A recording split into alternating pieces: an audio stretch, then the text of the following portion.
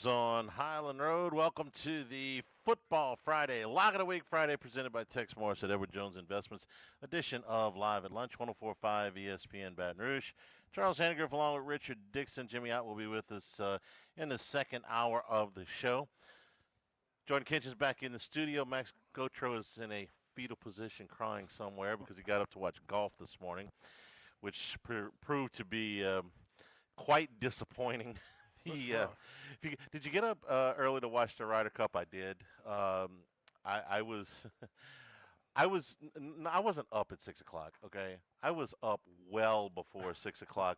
I had gotten everything done I needed to get done before I sat down to watch golf at 6 a.m. on the nose. I was up damn near 2 hours before that. Okay, everything ready to go for the show. I'm gonna sit down and I'm gonna watch golf for 2.5 hours before I gotta finish my show stuff, and then I'm gonna head to the show. No, And that was a yikes. that was not good. The four matches this morning, 3 of them are complete, and the U.S. got run off their own home golf course. 5-3, 5-4, and 4-3. They're up in the one match that is still going on. This is Cantlay and Shoffley, one up on McIntyre and Hovland. They're through 14, but I think the Euros are in pretty good shape here on this hole. So much for home field advantage, Rich. I mean, I promise I'm going to stop talking about golf pronto. We're getting to Football Friday, but had to mention that, man. I was like, you know what?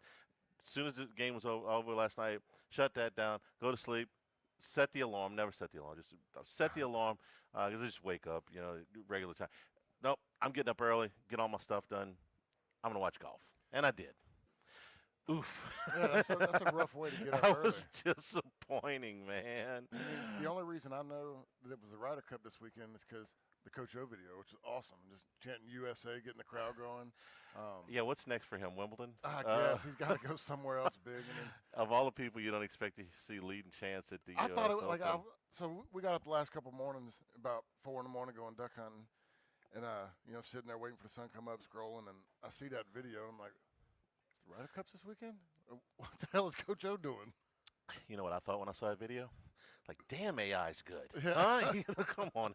That's not real. Yeah, it's real for sure. So, anyway, we'll keep you up to date on the one remaining match at the morning matches. But ooh, yikes! What a terrible start for the USA. All right, and you're in a good mood because the Lions win last night. Big win, 44-6. I think everybody got a touchdown.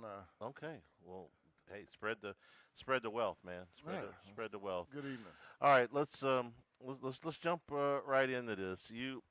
Ole Miss and Mississippi State weeks are always big for you because of your family ties. For you don't know, Richard's dad and his grandfather both played in the Southeastern Conference. His brother played here, so it's a family affair. The Egg Bowl, huge deal at the Dixon household every year. But you're telling me before we started the show, it's impossible to talk noise to Ole Miss people. Why? I hate it because, look, I wake up this morning, it's already go Rebs, hotty toddy, all that stupid stuff, and they can talk trash, and when they lose, they're like, "What's Ole Miss? What'd you expect?" Like it doesn't affect them. Like so, when I talk, like I can't talk trash because I'm going to be really pissed off if we lose and like mad, and then they will talk trash to me, and we might lose a little bit of a friendship. This is a strange time in the rivalry, okay? Because the rivalry since Vaught left has been mostly one-sided. LSU's won way more times than they've lost, but here since Kiffin's gotten there, you got a fair fight, okay? And I'm not saying that there weren't great Ole Miss games. The Odell Beckham, 89-yard punt return game, the good bowl, bad bowl. There have been some terrific games. Good bowl beat us. And Ole Miss has beaten LSU. I remember when Deuce McAllister and what was Gunn's first name? Robert, I forgot Gunn's first name. They ran for like 800 yards on LSU. That was one of the 90s teams. So it's not like the other side has never won. But LSU has controlled, since Johnny Vaught left, the LSU has controlled this rivalry. And since Kiffin got there, this has been much more of a fair fight. Yeah. Truth be known, LSU should have lost last year. Ole Miss had that game and kind of gifted it back to LSU. Give LSU credit for taking the gift. But I mean, it's fourth down, and if Garrett Nussmeier doesn't make his best pass of the year, and I mean his best pass of the year, Rebs come in here and get a victory. They're a small favorite in this game. This is, since Johnny Vaught, the best 5-year period for Ole Miss, and it's because of Kiffin. If he were to leave for the Florida job or another job somewhere down the line, I don't know if Ole Miss is, in the top 15 in the country. I don't know if they were in where they were last year. They have given some games away. It's his fault that they lost to Kentucky last year. It's his fault that they lost to Florida with a chance to go to the playoffs. But the fact that it's a fair fight, Ole Miss fans should be at their zenith. I mean, this is as good in most of their lifetimes, unless you remember the 50s and 60s. This is the best it's ever been for Ole Miss. Yeah, I mean, it's like they're playing good ball. Lane's got everything going right. I mean, they've been to prominent bowl games in the last few years, which they're not used to going to. The Cotton Bowl was their national championship when they made it. So, yeah, like they're feeling good right now, and as they should. They're playing really good ball. Lane Kiffin's doing a great job recruiting, playing well there. But I still hate them. That's. And for me, like even when they were bad, I mean, in '06, my grandfather played at Ole Miss, Dad played at Mississippi State. Like my sister was at Ole Miss when I was getting recruited, and they were so bad I couldn't even convince myself to want to do that. And of course, I grew up hating Ole Miss because I was the state guy. But in '06, Dwayne Bowe catches a touchdown at the end of the game to win. I mean, very close game against a poor Ole Miss team. I think they beat us once or twice while I was playing. Bo Wallace came in and beat us one time, and so that was always frustrating to me because we say it all the time. Like the Mississippi schools were always, typically not very good when we were playing, but they're always tough games, and so it's one of those games that you still get nervous every time it comes up, and now more so than ever. I do remember it was either Russell's second year or his third year, probably his third year.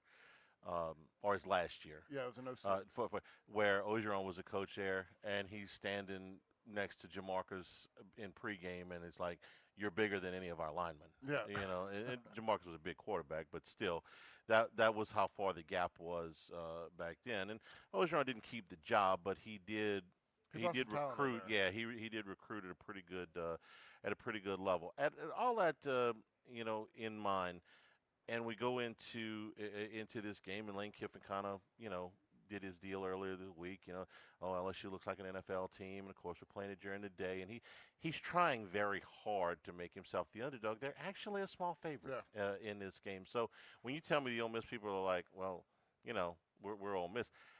They're not really. That's their scapegoat, so they don't feel as bad as I do. All right. They still get mad, but it hurts me a little bit more. Last year's Ole Miss roster was good enough to make the playoffs. They came up short, but that was on them. It wasn't because they didn't have enough roster. They didn't have enough budget. They didn't have a good enough coach to get there. They just lost, okay? They lost at least 2 games, probably 3, that they shouldn't have lost. They shouldn't have lost at home to Kentucky. It was the only game Kentucky won in the conference last year. They shouldn't have lost in Baton Rouge. They had the better team, okay? LSU won the game, and give them credit. They had the better team last year. And the game at Florida, they got kind of reckless at the end with some of the fourth down decisions. They could have easily won there, so it's on them. This team at Ole Miss is not as ballyhooed as last year's was. They had to replace a quarterback, and we're certainly going to talk about that. But the defensive talent is not what it was a year ago. Still, this team could make the playoff. They have every opportunity. They've already won 2 conference games. I understand it's not against the biggest competition, but they've already won a conference road game. If they were to get this one, they could lose to Georgia and Oklahoma on the road and still make the playoffs. That's how big this game is, and those figure to be, we'll see where Macker is by the time they get there at the end of October, but they'll be favored in the other games. So this one is huge for Ole Miss. Yeah, I mean, last year, what was it, Walter Nolan, they brought in some big boys up front, and they played really physical. Defense was a strength for Lane for probably the first time at Ole Miss. You got Pete over there playing a defensive coordinator. Pete Golding, yeah. Yeah, so Pete Golding's dad was a defensive coordinator at my high school. Really? Yeah, Skip Golden. But they're playing good. They don't have the weapons they had on defense last year, but this is one of those times where Trinidad, the quarterback that's come in the last 3 weeks? Chambliss. So he's a guy, when I look at the stats from last week, I know it's Tulane, but Tulane is a pretty dang good team. They've been pretty solid the last few years. Throws for over 300 and rushes for 113, I believe. And that's what makes me a little bit nervous, because if you've watched some of the film review, look, our defense is playing great, playing a lot better. It's not what it was last year when I'm talking about running quarterbacks, but there's been a few times we let a quarterback get loose by having a misfit, and those weren't they're not on the same caliber as what Trinidad is running the ball. So it makes me a little bit nervous knowing that, that guy, they have that weapon in there. But, it's going to be a matchup for our defense. His skill set is good in that he has enough arm. He probably has a slightly less strong arm than Austin Simmons does, but it's not so much where you notice to where he can't make throws. His touch is massively better than Simmons. Simmons, we've been talking about this all week. Everything's on the line. Everything's a fastball. He reminds me a great deal of Brandon Harris, who threw the ball that way. Very strong arm, but not a lot of touch. And so he's got that touch. He's got enough arm. He's certainly no worse of a runner. I think he's probably a little bit better runner than Simmons is. And even though it's at the Division II level, he's got a lot more experience than Simmons does. He played 25. He played 25 games at Ferris State. And he started 16 of those, and they played in the Division II playoffs, and they won the national championship. So, listen, I know we could give a flip what happens at Ferris State, but those were big games for them. Yeah, and when people say that, like, look, he's running against the same defensive coverages. I mean, football's football. You're going to run pretty much the same plays, go against the same defenses. Yeah, the talent's not there, the speed's not there. Oh, well, isn't that a big deal, though? But as far as the mental aspect, it's like speeding up a little bit. Like, I know what they're doing. Now let's get it under my belt and just speed up my timing, speed up my rhythm, speed up my eyes. But it's something he's seen before. Like you said, 20-something starts or whatever it was. The 16 starts 25 games. 25 games. At Ferris State. He's got a lot of experience. I mean, and you've seen these guys come in. The guy at Florida State, I don't know where he comes from. Boston They got a lot of these quarterbacks that are coming in now that had played somewhere else, and then they're just having a really good year. Well, but Castellanos played at Boston College. Yeah. At least played that's the ACC. This guy played at Ferris State. Yeah. Okay, so Kentucky does not have an elite defense. Arkansas does not have an elite defense. Tulane does not have an elite defense. These are teams that he's played against. If he gets in here pre-snap, I understand he's looking at a lot of the same concepts, schematics, and all that stuff. But this is the best personnel he's seen by far on the defensive side. Yeah, I mean, it's for me, like you said, the knowledge of where people line up, where they're going is different. He's going to have to speed up his timing because he's got better athletes he's going against. Tomorrow at 2:30, so we got a lot more to get to. LSU and Ole Miss hotty toddy 2:30 tomorrow afternoon. We're here at Ruffino's. The restaurant will open at 11 a.m. Come by and see the newly refurbished bar. It's actually the same shape as all the things you remember. But, boy, it looks fantastic. The visuals are great. Barry, the bartender's happy. He's got a nice work area back there. He's happy. Yeah. He's not here right now. he's here somewhere. He was bemoaning the golf earlier, too. Lunch specials when you come in. And, of course, it's a great place to come in on game weekends. I know this is a road game weekend, but for home game weekends, Friday night, the place is really popping. Your private receptions are welcome as well here at Ruffino's on Highland Road. Log of the Week Friday presented by Tex Morris at Edward Jones Investments on 104.5 ESPN Baton Rouge. Live at lunch. Actual price will depend on product and subscription plan. Featured products are compounded drug products, which the FDA does not approve or verify for safety, effectiveness, or quality. Prescription products require an online consultation with a healthcare provider who will determine if appropriate. See website for details, restrictions, and important safety information. Want a boost in and out of the bedroom? Hims has you covered. Introducing a new 2-in-1 approach to level up your game. Tadalafil for better bedroom performance and zinc for testosterone support. Put it all together and you've got what you need to turn things all the way up. Getting started is simple. Just go to hims.com/joy to start your free online visit. Through Hims, you can access ED treatments including pills, chews, and more. 100% online. No office visits, no pharmacy lines. Just fill out a simple intake form and a licensed medical provider will determine if treatment's right for you. If prescribed, it ships free and discreetly to your door. Find affordable treatment options at up to 95% less than brand names at hims.com/joy. That's hims.com/joy, HIMS.com/JOY. A Progressive Home and Auto Bundle can protect you round the clock, but we can't protect you from those painful moments in sports. Oh, I can't believe we blew a 5-touchdown lead.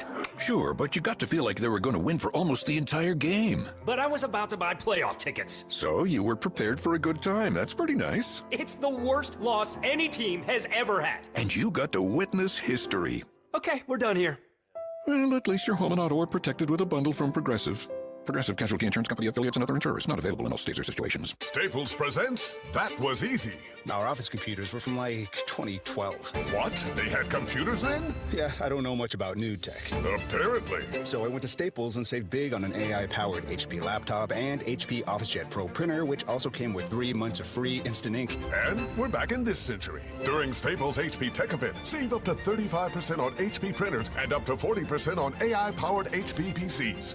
That was easy. In-store, online, and on the app. Until 11/1, select models only. Struggling to lose weight? Feeling overwhelmed by diets and exercise plans that just don't work? There's a better way. Unique Physique offers weight loss injectable medications. Semaglutide, now only $195 a month, and tirzepatide is only $325 a month. The lowest prices in town. No contracts, no gimmicks, just real results without the hassle. Visit uniquephysique.com or call today to schedule a consultation and unlock your weight loss potential. Unique Physique, your weight loss solution. Life can change, and it starts with one brave step. At Baton Rouge Gamblers Anonymous, people just like you are finding freedom from their gambling problem, one day at a time. Our daily meetings offer real support, real stories, and a fresh start. Call 888-502-5610 or visit BatonRougeGA.org. You're not alone, and you don't have to do this by yourself. Baton Rouge Gamblers Anonymous. Find hope. Find healing. Find your life again at BatonRougeGA.org. This is Todd Covington, branch manager at First South Farm Credit in Amy. If you're in the market for land, whether it's timberland for deer hunting or any other recreational property, make First South your first call. First South has specialized in financing land for over 100 years, and we can put together a customized loan package with long-term financing for up to 30 years. So if you're thinking about buying or refinancing recreational property, call me, Todd Covington, at 985-748-8655, or find us online at firstsouthland.com. It's game day, Modesto, and the best seat in the house isn't in your living room. It's at Modesto Tacos Tequila Whiskey. We've got unbeatable game day specials, ice-cold 32-ounce margaritas, nachos, and burrito burgers that keep you cheering on no matter what the score. Bring your crew and come hang out with us before and during the game. Game day is better at Modesto Tacos Tequila Whiskey, where the food is flavorful, the drinks are flowing, and the fans always win. Burbank near LSU every game day, Modesto Tacos Tequila Whiskey.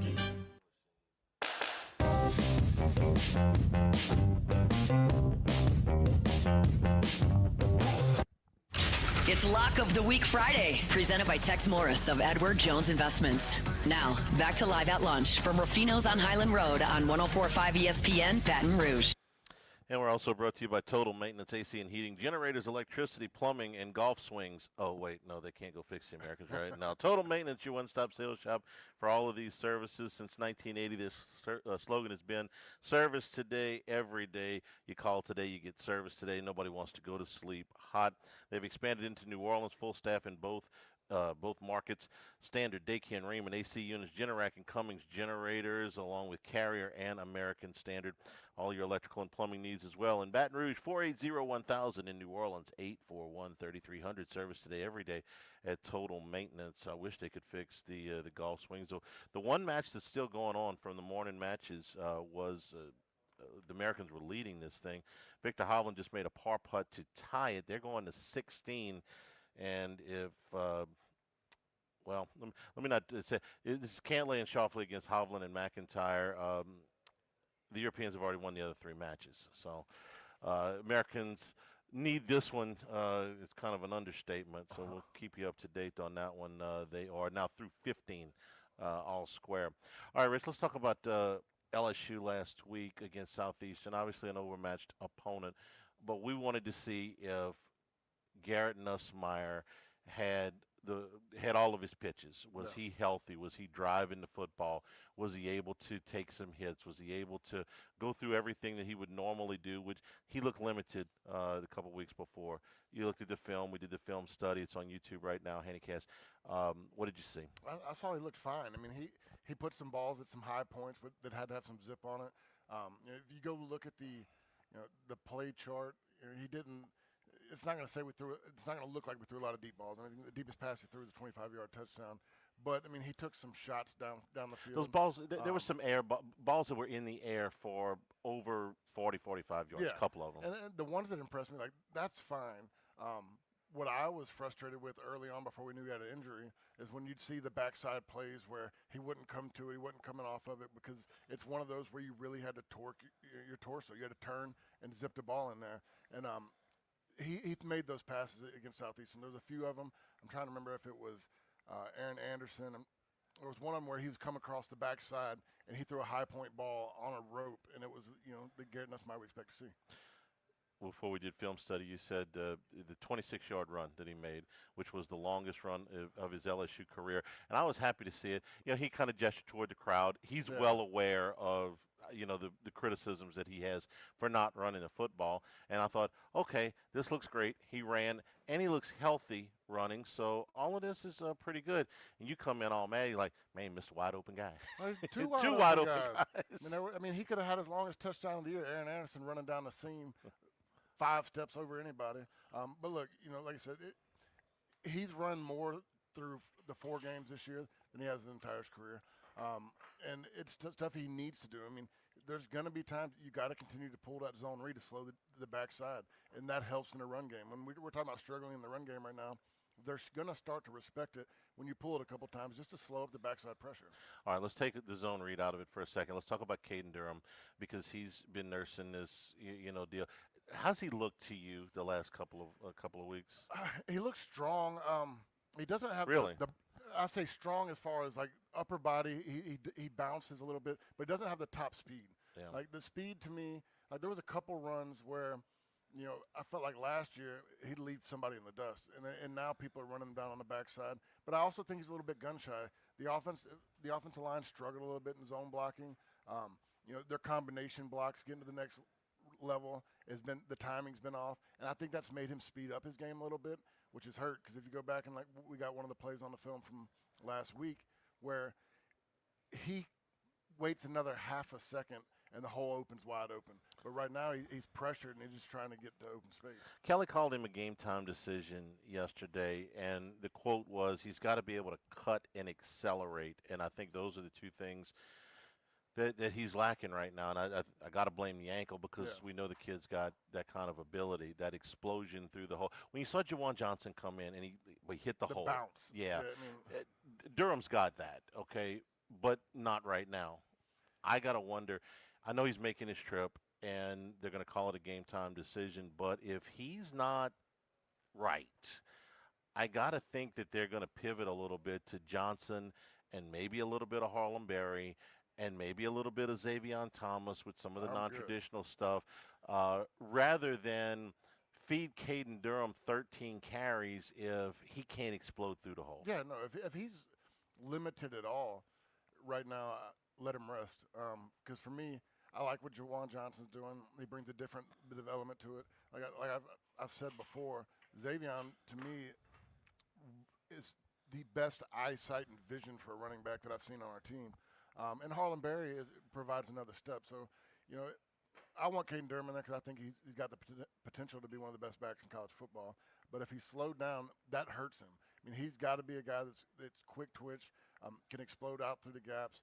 And if he can't do that, then you're just hurting himself. I maintain that Harlem Berry can help them in this game.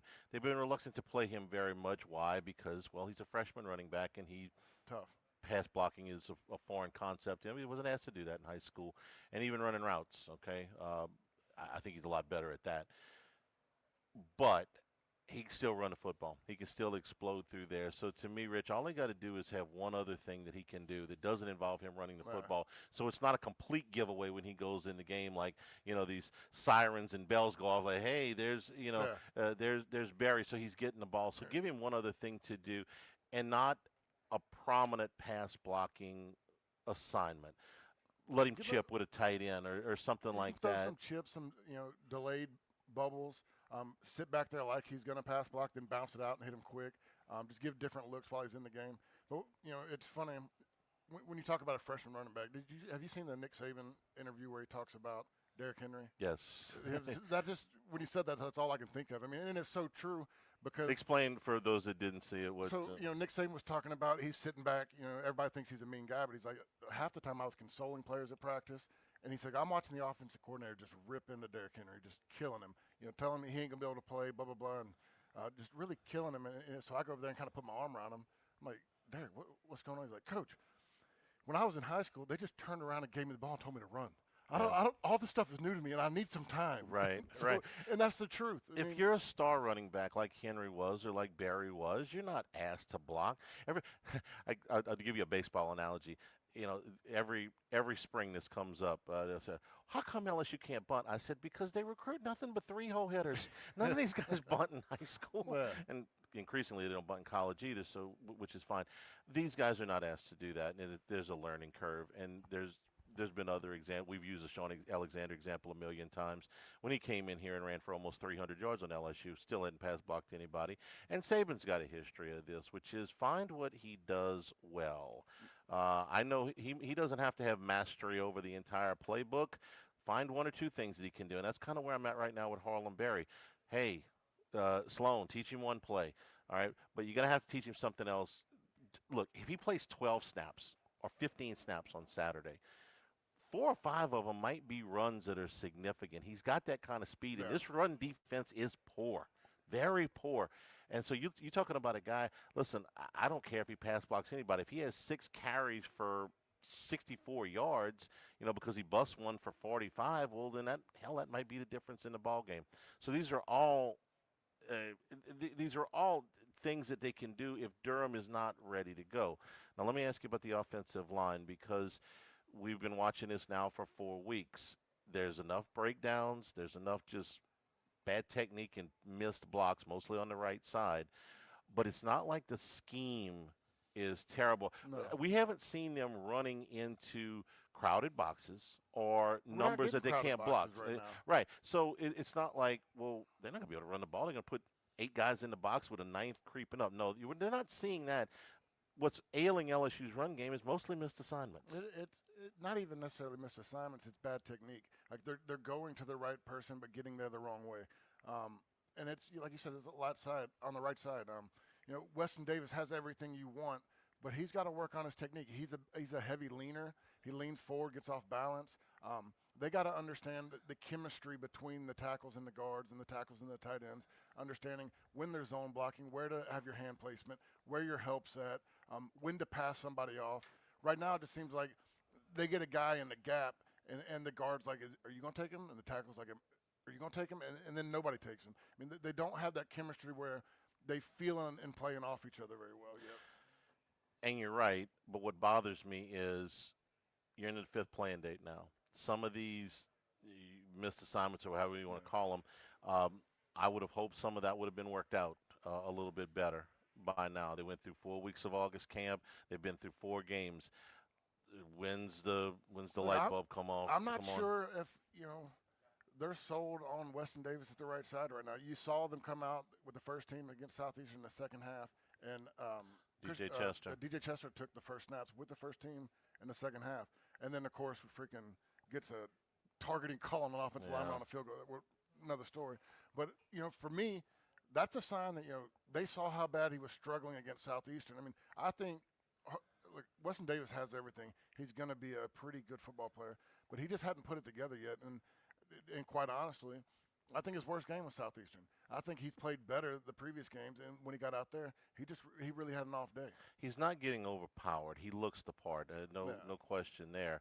But there are just some blatantly bad techniques that you pointed out in the films that he's taking. He's not the only one, but he's the most obvious one. He's the most obvious one, and then look, I think the left side did a lot better. I was on Tyree in the first game or two about some of their combination blocks and their chemistry and passing guys off. Well, we run 2 plays back-to-back in the film review where the defensive tackles and the ends were looping. They were swapping, and you watch the left side pass it off perfectly, and everybody's good. You watch the right side, not so much. And it was back-to-back plays, and that just, to me, it shows you that, they've been taught what to do, but one side's doing it a lot better than the other side right now. Say that again, the first part.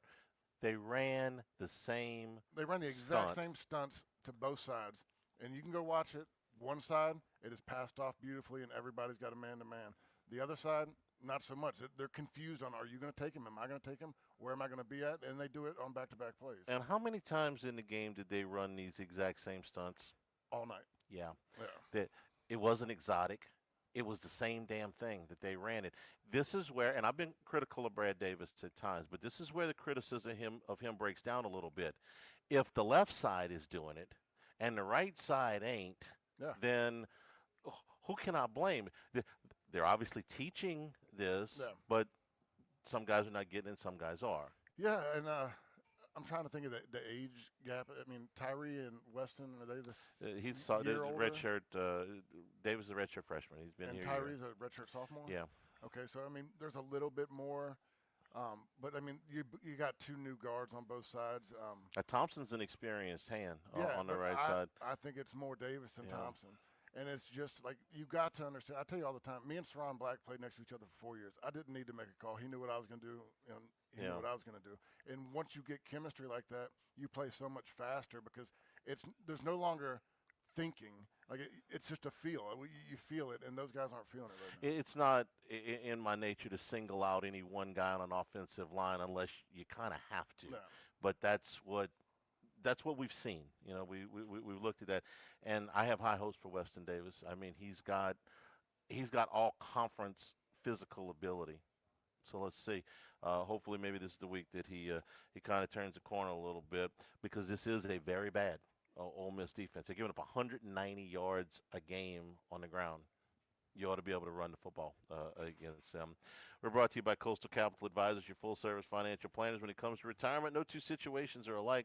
The Coastal Capital Advisors work with you, your business partners, your legal team, and tax professionals to make sure all your goals are achieved. Let them work for you the way they've worked for our family and build that lifetime relationship. No matter where you are in life, no matter what your income or your age, they'll figure out a plan that is the best for you and can give you some peace of mind as you look forward to retirement. Online, it's coastalcapitaladv.com. The phone number is 337-981-1376. Advisory services provided by New Age Advisors, member FINRA, SIPC. It's all square through 16 at Bethpage Black as the Americans try to salvage one match in the morning 4. Live at lunch from Ruffino's 104.5 ESPN Baton Rouge. Live at lunch. Hey, Tiger fans, this is head coach Brian Kelly. When running a football program or any organization, core values are so important to the success of the operation. Integrity, honesty, and family is what they're all about at Hollingsworth Richards Ford, and I've experienced that firsthand. I've gotten to know them through their support of our football program. So it's simple. All of you truck buyers across the state, and I know there are a lot of you, when it's time for that brand new vehicle, go to Hollingsworth Richards Ford and tell them Coach Kelly sent you.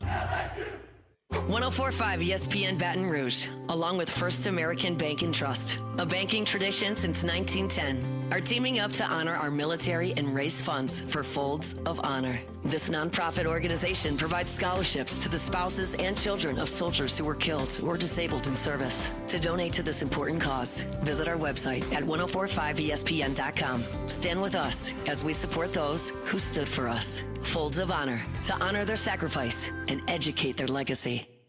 Picture your dream bathroom. Got it? How about making it happen with David Duvall and One Bath and Closets? For more than 3 decades, David's been remodeling homes with a concentration on the most popular room in your home, your bathroom, whether it's a tub to shower conversion or a complete renovation. The great thing about One Bath and Closets is that David handles everything. One company, one contractor, One Bath and Closets. Check out the gallery of his most recent projects and schedule your free in-home consultation online at onebathandclosets.com. That's onebathandclosets.com. And we're back looking at another lopsided matchup, Jim. Today we have a combine taking on a train. Yeah, that heavy train is about 1,000 times heavier than the combine. No competition there. Right, especially given that it'll take at least a mile to stop that train. That's 18 football fields. It's no contest. Every day people are injured or killed trying to beat a train at rail crossings. See tracks, think train. This message brought to you by Operation Lifesaver. Toyota's bringing its A-game this season, from the linebacker tough Tundra to the Camry that cuts through traffic like a wide receiver. Every model's built to score. With legendary reliability, safety that covers all zones, and deals that make you spike the savings, Toyota's the winning drive you've been waiting for. Need a short-term play? Ask about Toyota Rentals and get in the game today. Visit All-Star Toyota at Airline and Goodwood and take the wheel before the clock runs out. All-Star Toyota. People you know, cars you trust. Get Gordon and get it done. Get Gordon and get it done. Car wrecks done. Personal injury done. Workers' comp done. Truck wrecks done. Get Gordon and get it done. Get Gordon and get it done. Attorney Gordon McKerney, Baton Rouge, LA 22 13634. Get Gordon. A Progressive Home and Auto Bundle can protect you round the clock, but we can't protect you from those painful moments in sports. Oh, I can't believe we blew a 5-touchdown lead. Sure, but you got to feel like they were going to win for almost the entire game. But I was about to buy playoff tickets. So you were prepared for a good time. That's pretty nice. It's the worst loss any team has ever had. And you got to witness history. Okay, we're done here. Well, at least your home and auto are protected with a bundle from Progressive. Progressive Casualty Insurance Company affiliates and other insurers. Not available in all states or situations. Staples presents That Was Easy. Our office computers were from like 2012. What? They had computers then? Yeah, I don't know much about new tech. Apparently. So I went to Staples and saved big on an AI-powered HP laptop and HP OfficeJet Pro printer, which also came with 3 months of free instant ink. And we're back in this century. During Staples HP Tech Event, save up to 35% on HP printers and up to 40% on AI-powered HP PCs. That was easy. In-store, online, and on the app. Into 11/1 select models only.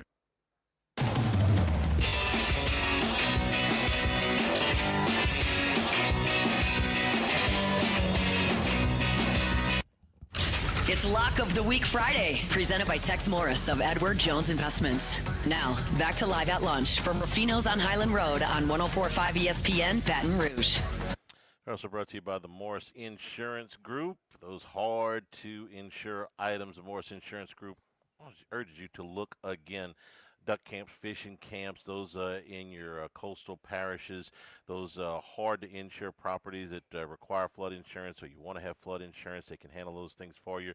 Your boats, your trailers, your RVs, your tractors, motorcycles, they can handle all of those things, plus your customary auto, homeowners, and commercial insurance.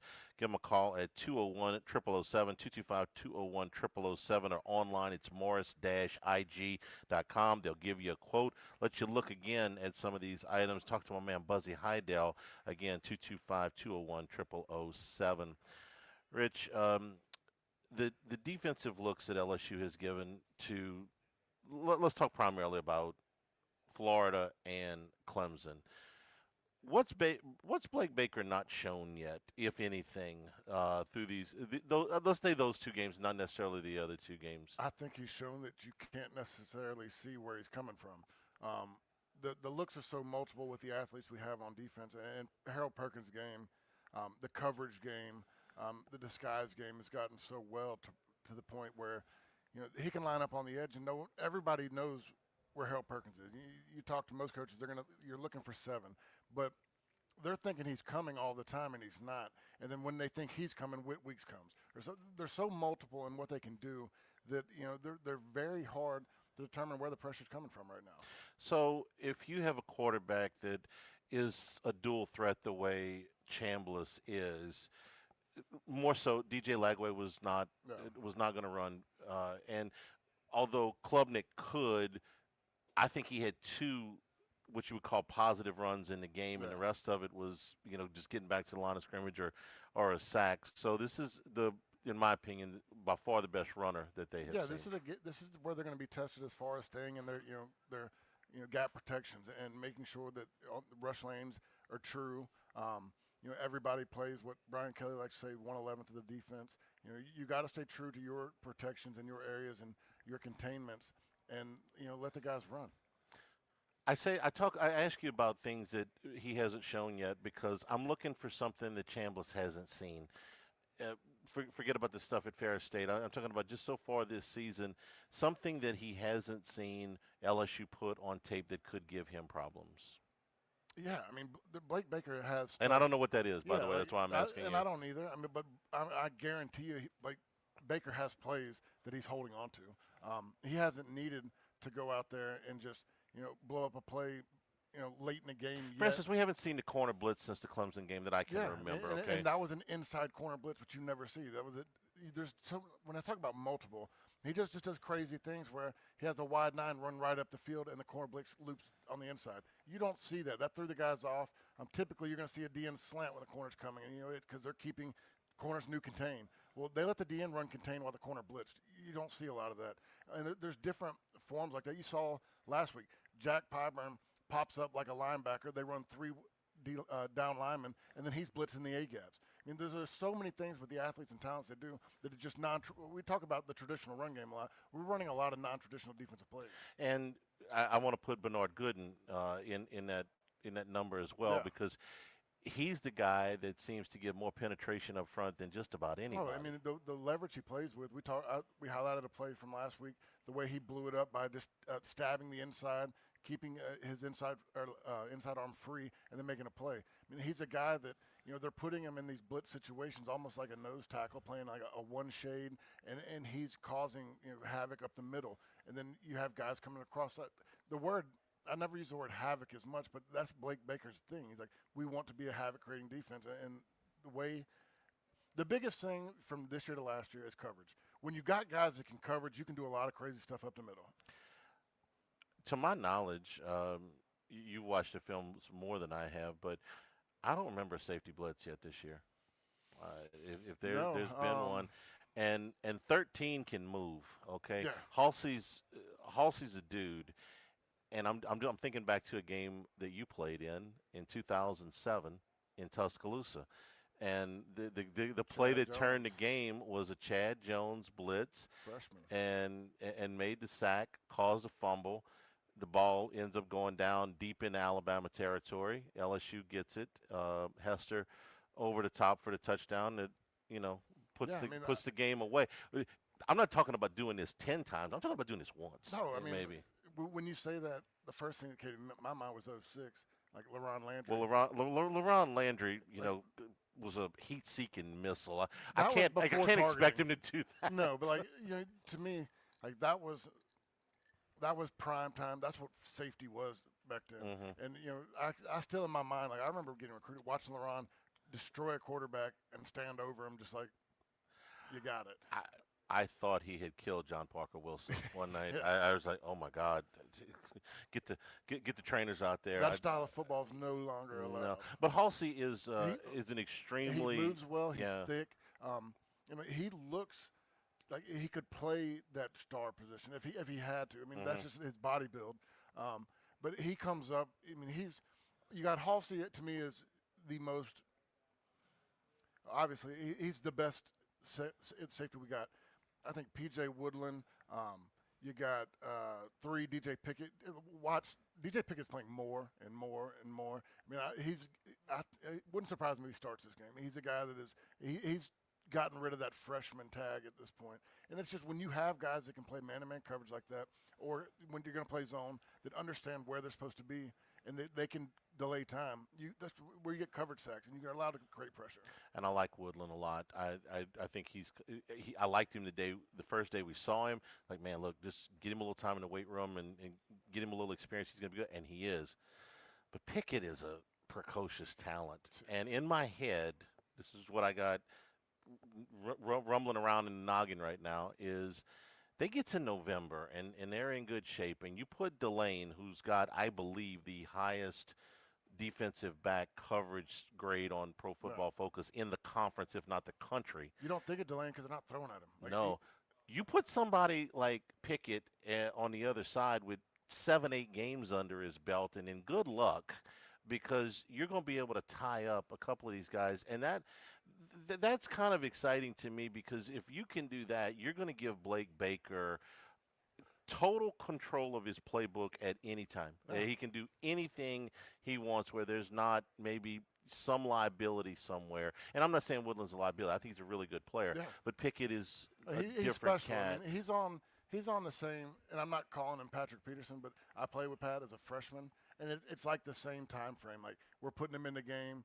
Eventually, we're in game 4. You're going to get to a point where you can't take him off the field, and that's what Patrick Peterson did. I mean, the more he plays, he's a pretty highly graded, pass coverage as well. I think he was one of the highest last week. I know that's Southeastern, but he's coming along so fast to where he's going to get to the point you can't take him off. Peterson was an enormous recruit the same way Pickett was. You were senior his freshman year. All right, take me through the progression from the first time you saw him to the end of the year. The first time you saw him, he was a freak. He could do everything physically with the guys who were already there, but it was just the mental side of it. You had some older receivers. You had Brandon LaFell over there. They could have some witty things that he knew that as a freshman, you're used to just being out athleticizing people. Well, whatever the word is. I knew what you meant. There's things you can do when I talk about stemming a receiver. Look them off at your eyes, lean. The intricacies of the game where you create space. And as a receiver, you're always trying to find ways to create space. And when he hasn't seen a guy lean like that or give a head nod or move him with his eyes, that's the stuff that took Peterson a little bit of time to get used to. But once he realizes that if you watch their hips, you watch their chest, and you understand what they can and can't do from the positions and locations they're in, that's when your game keeps getting better. I like the story you told me off the air, probably last year, a year before. None of the upperclassmen ever. I don't want to use the word hazing, but they didn't mess with him even as a freshman. No, because every freshman gets an initiation, there's if you certain will. guys that walk into the locker room and you're like, don't mess with that don't cat. Mess with him. He's going to be one of us really quick. Yeah, and so Pickett is a different looking athlete than what Peterson was. He's taller. He's not as thick as Peterson was as a freshman. He is not yet as physical as Peterson was, but he is longer. No. He's longer than damn near any cornerback I've seen come through here. He's the long arms, the long stride. He plays the ball like a receiver. He's a special. You don't see too much. Was he 6'4", 6'5"? He's listed as 6'4", which it looks about right. Looks right. You don't see guys move and get out their hips like that. That's Patrick was 6'1", maybe 6'2", but I want to say 6'1"ish. And he was a huge corner at the time. We wanted to play with 6 foot better corners. DJ Pickett's something different. Maybe and if this game comes down to one play, and the odds makers suggest that this is going to come down to one play, they're not always right. There are some people, one does an afternoon show for us, thinks LSU is going to run Ole Miss right off the field. I hope he's right. I tend to think it's going to be a little bit closer than that, but it might be one play tomorrow. And it might be Harlem Berry or DJ Pickett or somebody we're not expecting to make that. Maybe it's Halsey on a safety blitz. Maybe, it's just something that we haven't seen to this point yet. Or, maybe Matt's right and LSU, runs them right out of their own building, but there's a lot to it. Yeah, I think the pressure's on the offense for this game. Absolutely, absolutely. Because you go out and produce because the defense can't be expected to hold Ole Miss to 10 points in Oxford. I think you got to score 24, 28, and defense has to play great. So the total was 54 earlier in the week. I think it's 55 today.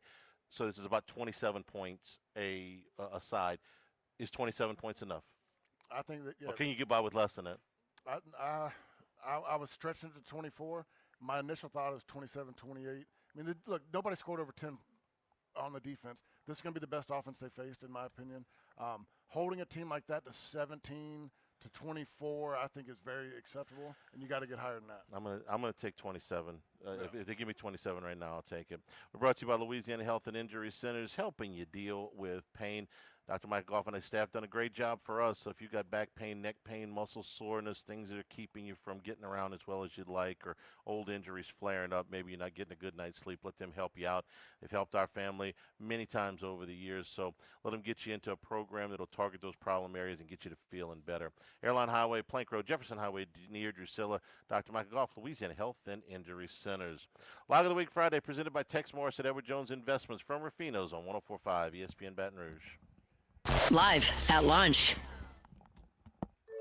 Christmas time is almost here, which means carols in the air, Christmas trees, good cheer, and the dread of putting up Christmas decorations. Thankfully, there's Got Lit light installers. It's simple. They bring their lights, decorate your house, you enjoy, and when the season's over, they take them down and haul them away. Get your estimate. GotLitLights.com. That's GotLitLights.com, because everything looks better when it's lit. A Progressive Home and Auto Bundle can protect you round the clock, but we can't protect you from those painful moments in sports. Oh, I can't believe we blew a 5-touchdown lead. Sure, but you got to feel like they were going to win for almost the entire game. But I was about to buy playoff tickets. So you were prepared for a good time. That's pretty nice. It's the worst loss any team has ever had. And you got to witness history. Okay, we're done here. Well, at least your home and auto are protected with a bundle from Progressive. Progressive Casualty Insurance Company affiliates and other insurers. Not available in all states or situations. Staples presents That Was Easy. Our office computers were from like 2012. What? They had computers then? Yeah, I don't know much about new tech. Apparently. So I went to Staples and saved big on an AI-powered HP laptop and HP OfficeJet Pro printer, which also came with 3 months of free instant ink. And we're back in this century. During Staples HP Tech Event, save up to 35% on HP printers and up to 40% on AI-powered HP PCs. That was easy. In-store, online, and on the app. Into 11/1 select models only. Hey, Baton Rouge, I'm Harold Perkins, a Louisiana native here. Talk to you about something very close to my heart. Each week, Dr. Pepper and Harold Perkins Jr. will award a local high school football player nominated by 1045 ESPN Baton Rouge and you a signed football by number 7 himself. At the end of the season, the player with the most nominations will receive a $5,000 tuition award. Together with Dr. Pepper, let's back the cost of college tuition and support our local stars. Stay tuned, Baton Rouge. See the winners and follow us all season long on our station website or go to Dr. Pepper Tuition with HPJ.com to catch the latest. Nominate now. First American Bank has been around for 115 years, serving the needs of every customer, no matter who you are, how big or small you are. You can always walk into any branch and see a warm, smiling face and able to talk to somebody. That kind of service isn't being provided by a lot of other financial institutions because everything is so digital, they're always on their phone or the computer trying to get in touch with somebody. Introducing LSU Snacks, the officially licensed snacks of the Tigers. Every bite supports LSU athletes so you can cheer on the Tigers while enjoying great taste. Try the Win Bar, a blend of crunchy granola, wholesome almonds, and chocolate chips packed with protein and lower in sugar. Or you can grab the Win Bites, gluten-free, bite-sized chocolate chip cookies with the perfect crunch. Find LSU Snacks now at Rouse's or order online at lsusnacks.com. That's lsusnacks.com, where every bite supports LSU. Ruffino's Baton Rouge has a remarkable experience truly to be remembered. It's Ruffino's October cooking experience, Southeast Asian cuisine. This tasty event includes a 5-course meal cooked right before your eyes, and it's paired with wine, plus step-by-step instructions from our expert team of chefs for $150. This will sell out fast, so make your reservations now at ruffinosrestaurant.com. The October cooking experience, only at Ruffino's, where Louisiana comes to celebrate life.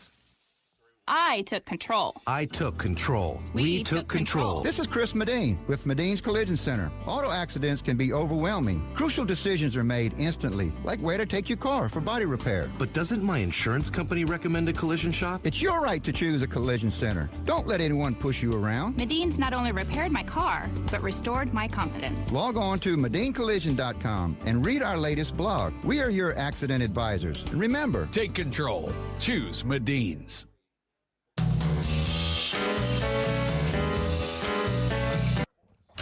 It's Lock of the Week Friday, presented by Tex Morris of Edward Jones Investments. Now, back to Live at Lunch from Ruffino's on Highland Road on 104.5 ESPN, Baton Rouge. Well, the Americans save one match. Cantlay and Shoffley beat McIntyre and Hovland. So after the first 4 matches, it's 3-1 Europe. But, man, this thing was tied with 2 holes to go. So at least they got one. Americans got their work cut out for them going to the afternoon matches. All right. Last thoughts on LSU Ole Miss. I want to get a quick pick on Georgia, Alabama.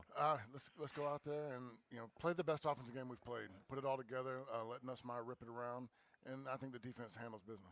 Georgia, Alabama. What do you think?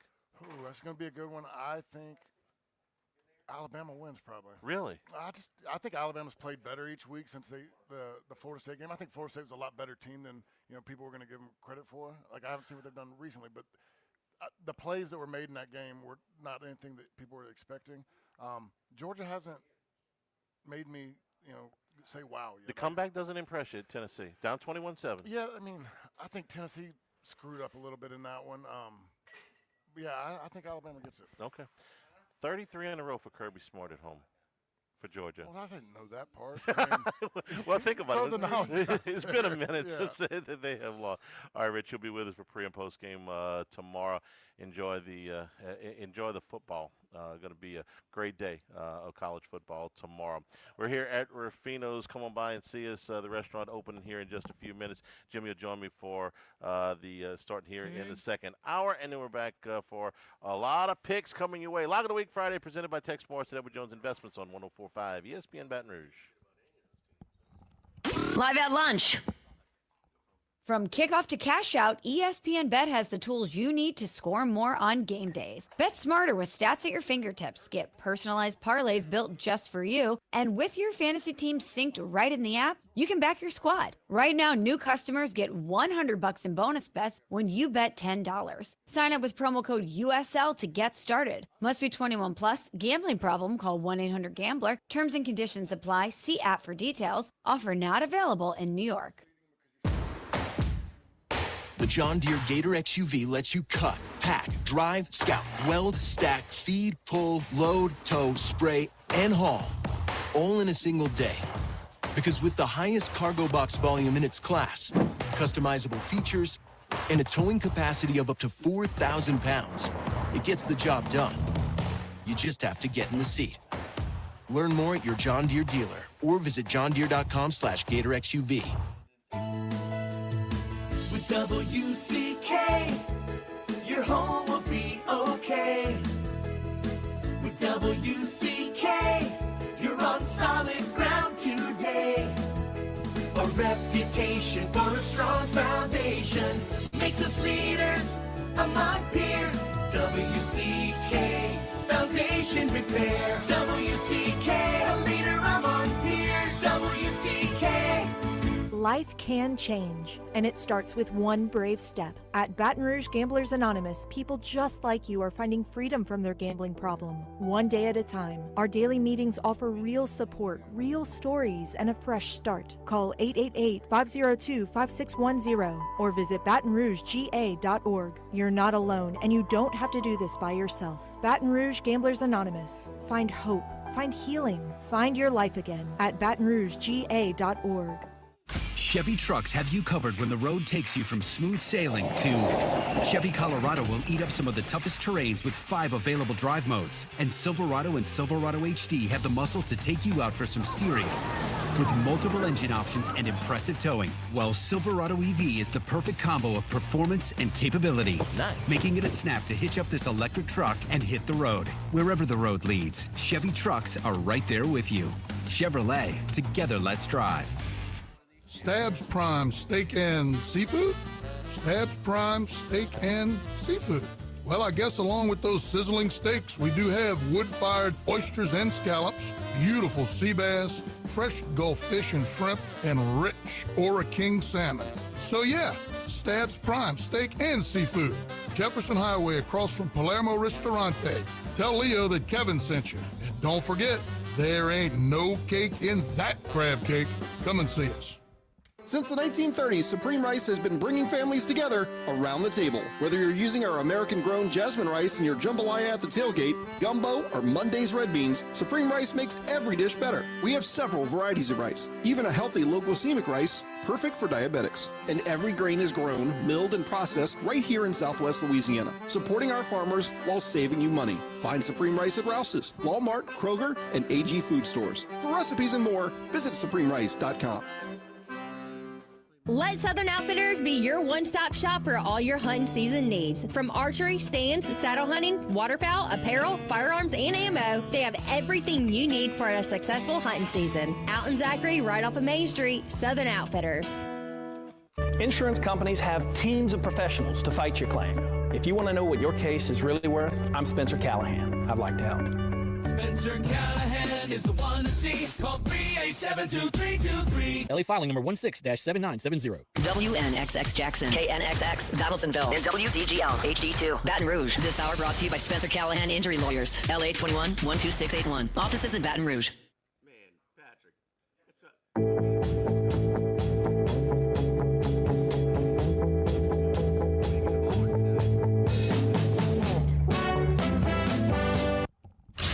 Lock of the Week Friday, presented by Tex Morris of Edward Jones Investments. Now, back to Live at Lunch from Ruffino's on Highland Road on 104.5 ESPN, Baton Rouge. And return here for our Lock of the Week Friday. Jimmy, how are you Lock this of the Week morning? Friday, presented by Tex Morris at Edward Jones Investments. Just like the nice lady said. What's on your mind this morning? Is it golf or the I life? watched the golf. The life and times of Marvin Harrison Jr. He made some catches. He finished strong. Yeah, He really strong. He carried over the dropsies from last week for no doubt.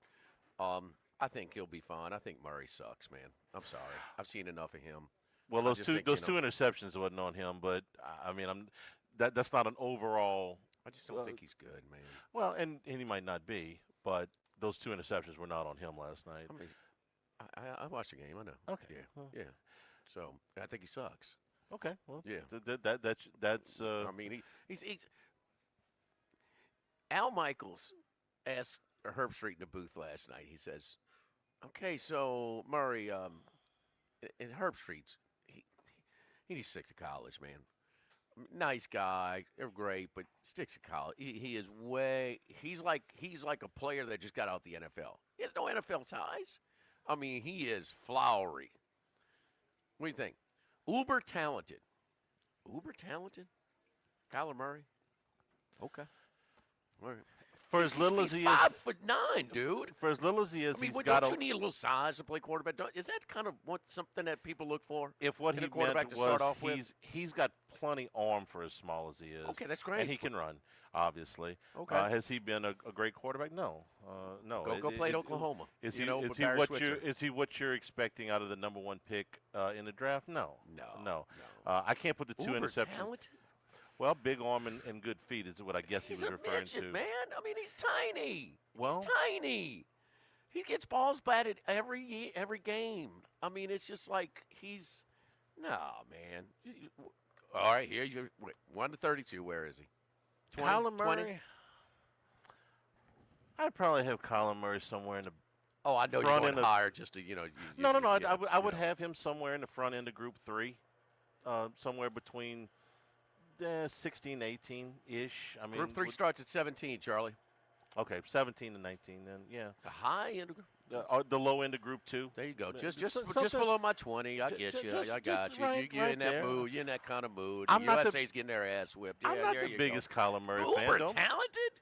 I Come didn't on, say man. it. Call Herb No, but Street. you say, well, he's got a big arm. And If you're asking me to explain what Herb Street meant, that's what I think he meant. Hershey's drunk, dude. Come on, man. Uber talented. He's got to be so damn good because he's so small, Charlie. He's got to be really that much better. No, I get that. Kyler Murray, we decided on Kyler Murray 2 years ago, really. I mean, why is he still playing? Why is he still getting a pass? Because he's got a $250 million contract, and they decided they don't Well, want to take the hit to cut him. Okay, well, I think Harrison's Russell the more Wilson had one of those too. I think Harrison's the more interesting story because this guy was projected as a can't miss. He went through a funk. Can't miss. I don't think it. He made some really good catches at the end. He So did. He had some horrible drops, and like you said, the interception 100% on him, 100%. I mean, you're going to get hit over the middle. Okay, they protect and you can't come high, but it's still, they'll still come high sometimes. So, he's a little tentative there, a little alligator arms. Come on, man, you big.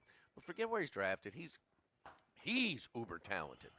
He is big. He's got a big frame. He gets a catch radius. He's got speed.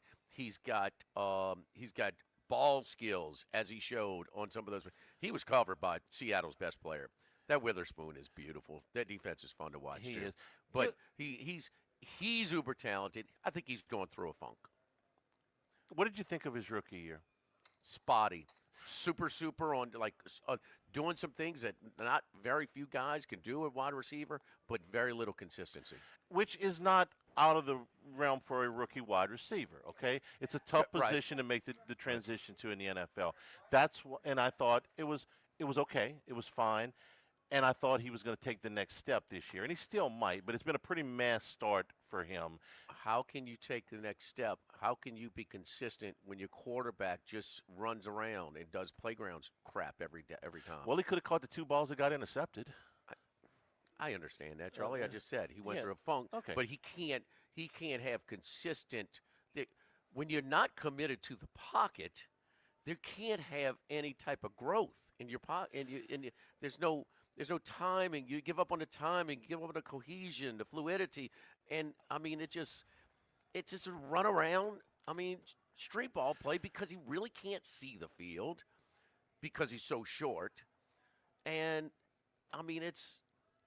If you watch any film of Murray, it'll drive you there's no way they practice that.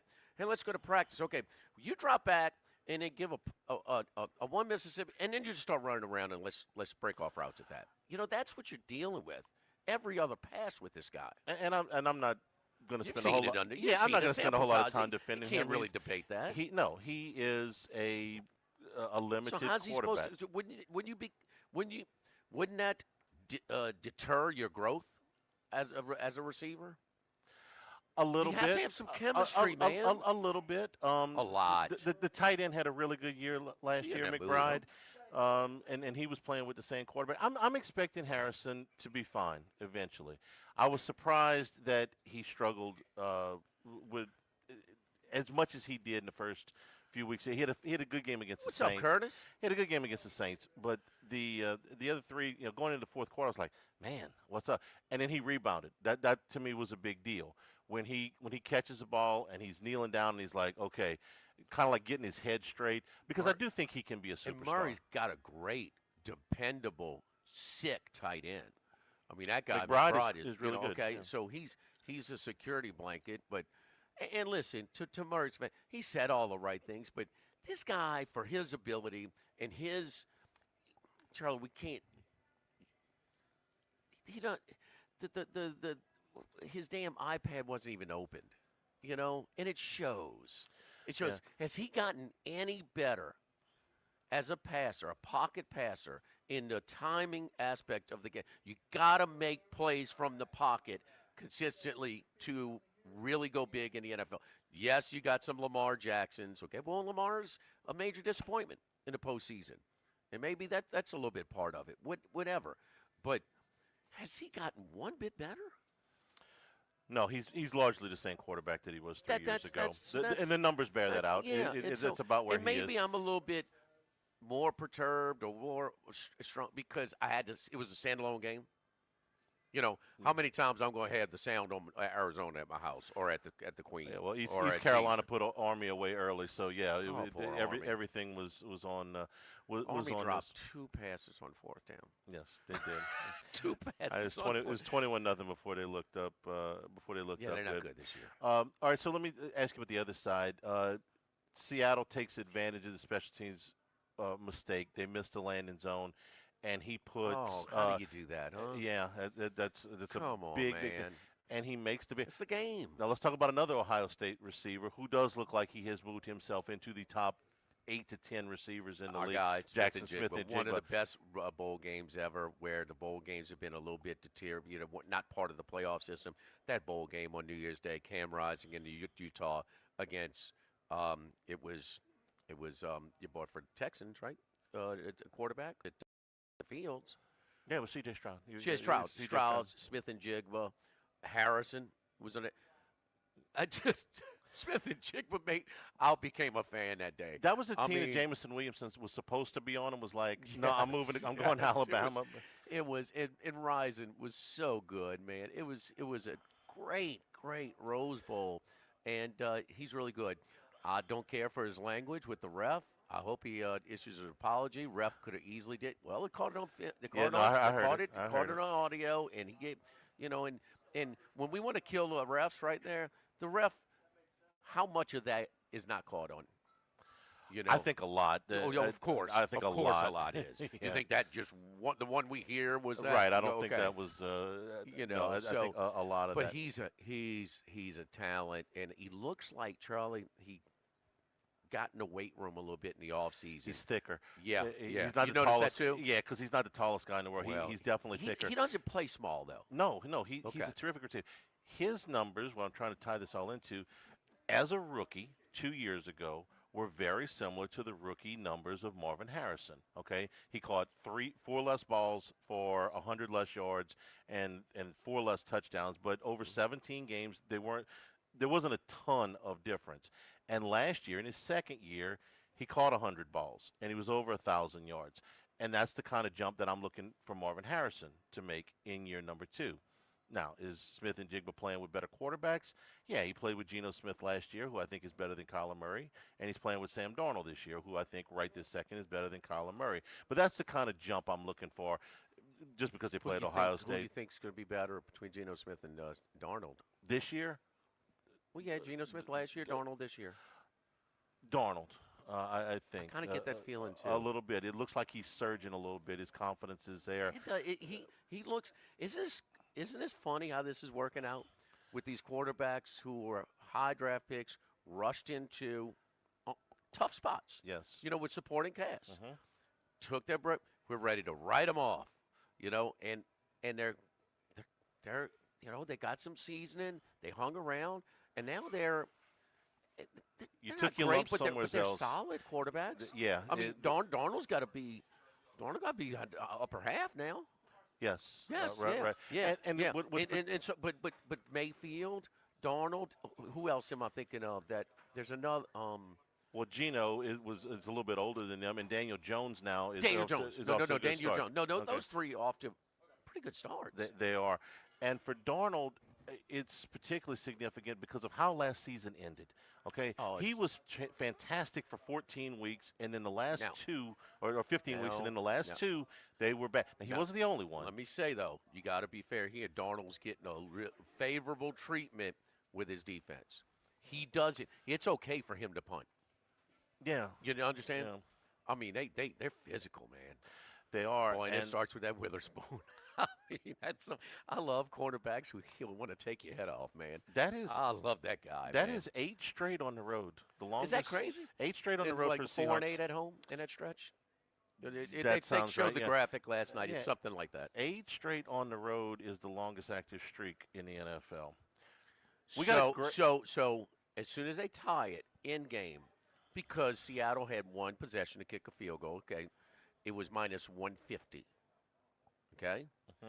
The freaking kick, they go to minus $3. Yeah, because that's the game. Right. You need 20 yards. You got one thing to that do, point. man. Come on. Ain't either. We got a great card for college football. So Chef Patrick put together a phenomenal Boy, Friday I tell you menu. what, we'll get to the entrees in a second, which it's a tough call. But here's the appetizer features tonight and all weekend. Got space. Look, LSU's out of town, so you in town. A lot of times you can't get in here on a Friday night. You can get in over here at Ruffino's tonight. The Gambari shrimp toast, sauteed Gulf shrimp with the garlic and basil emulsion, olive tapenade, sun-dried tomatoes on grilled sourdough toast points. Crab au gratin, the creamy crab dip Creole seasoning, lump crab meat on the wonton chips. All right, this is a tough call here, and I'm usually fish all the way this time. First entree, first of 3, herb-crusted lamb chops, New Zealand lamb, rich lamb jus, turnip puree, blistered green beans. Suggested wine pairing is a Felino by Paul Hobbs, a Malbec out of Argentina. Seared triple tail is our catch of the day. Roasted Brussels tossed in crab butter. Louisiana crawfish and Crystal Beurre Blanc. Suggested wine pairing is a Peugeot Chardonnay out of Napa. And then the butter steak. What is a butter steak? You ever get the ribeye? Yeah. It's the ribeye cap. So you get the ribeye that's kind of, it's nice, but that cap is, it's not to me. It's the best piece of meat on the steak. So 8-ounce ribeye cap, the house-made Worcestershire reduction, millionaire potatoes with sautéed green beans. Suggested wine pairing is a Bonanza Cabernet out of Fairfield. Desserts this weekend: strawberry tiramisu and pecan seduction. Pretty tough, huh? I will be making my selections very carefully, You had Seattle but you last can't night, huh? miss. You had Seattle. Didn't play it. You didn't? I had East What are you Carolina. doing? I had East Carolina. I didn't like the game. East Carolina's a good pick. They. I got to remind myself that Army's not playing in a bowl game last night. They played hard. They just didn't play well. But it's the bowl game, their money. It's not a bowl game anymore, Dorothy. Live at Ruffino's Log of the Week Friday, presented by Tex Morris at Edward Jones Investments on 104.5 ESPN Baton Rouge. Live at lunch. Workbox can handle all of your movable storage needs, commercial and residential. Our shipping containers come in various sizes, 8x8, 8x10, 8x20, or even 8x40 feet. Not just one size. These units can be customized for any use. Custom offices, work sites for plumbers or welders, dual purpose, part office, part storage, climate control, shelving, lighting, using different materials, whatever you need. Give my buddy Martine Padial and Workbox a call at 343-4886, 343-4886, and workboxllc.com. Attention vehicle owners. Before you trade your transportation, let K&M Automotive give your vehicle a new lease on life with a remanufactured product from Jasper Engines and Transmissions. A Jasper remanufactured engine, transmission, or differential will extend your vehicle's life, giving you the extra cash to do the things you really enjoy. And Jasper offers a 3-year, 100,000-mile nationwide parts and labor warranty. K&M Automotive, 636-2875. That's K&M Automotive, Siegen near Perkins. Get Moss Max and less tax during happy hour at Modesto. Join us Tuesday through Friday, 2 to 6 p.m. for $10 20-ounce margaritas and Dip Trio with $5 drink specials and $6 seasonal cocktails. Eat Modesto, 3930 Burbank Drive. Pizza that's true to its hand-tossed wood-fried tradition. Roca Pizzeria is heating up its new half-off happy hour, Monday through Fridays, 3 to 6 p.m. Come enjoy 50% off margarita, pepperoni, or cheese, craft cocktails, wine by the glass, and draft beer. Roca Pizzeria, 3897 Government. Need more space? Workbox LLC has the storage solutions you can count on. Whether you're a homeowner, commercial contractor, or industrial business, we have the space for you. Our secure, versatile storage units are ready to meet your needs. Contractors, keep your site organized and efficient. Store your materials with us and access them anytime you need. Businesses, industries of any size, Workbox LLC is your trusted partner for flexible, safe storage. Workbox 343-4886 and workboxllc.com. Baton Rouge, get ready for a fiesta of flavor. Whether you're craving sizzling fajitas, cheesy enchiladas, or the best margaritas in town, Las Palmas Mexican Grill and Rio Cantina Mexican Grill have you covered. Bring the family, bring your friends, and bring your appetite. From fresh guacamole to mouth-watering tacos that hit just right, it's not just a dinner, it's a celebration. So why wait? Tonight, make it Las Palmas or make it Rio Cantina, two local favorites serving up authentic Mexican taste right here in Baton Rouge. Las Palmas Mexican Grill and Rio Cantina Mexican Grill, where every night's a fiesta.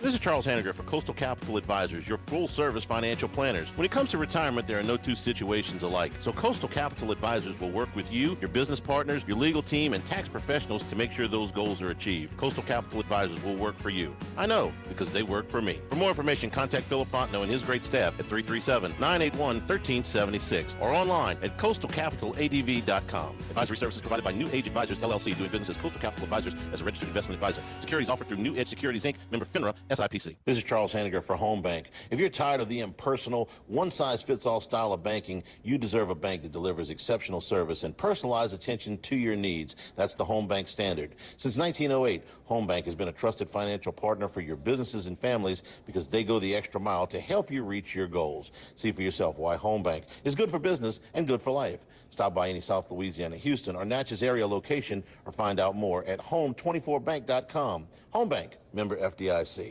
When it comes to celebrating life, there's no better place than Ruffino's. With locations in Baton Rouge and Lafayette, Ruffino's is a steak, seafood, and Italian-inspired restaurant that focuses on the celebration of life, regardless of the occasion. Whether it's the food they serve or the service they provide, their goal is to ensure a remarkable experience for their guests that is always remembered. To view our menu, visit ruffinosrestaurant.com. Ruffino's, where Louisiana comes to celebrate life.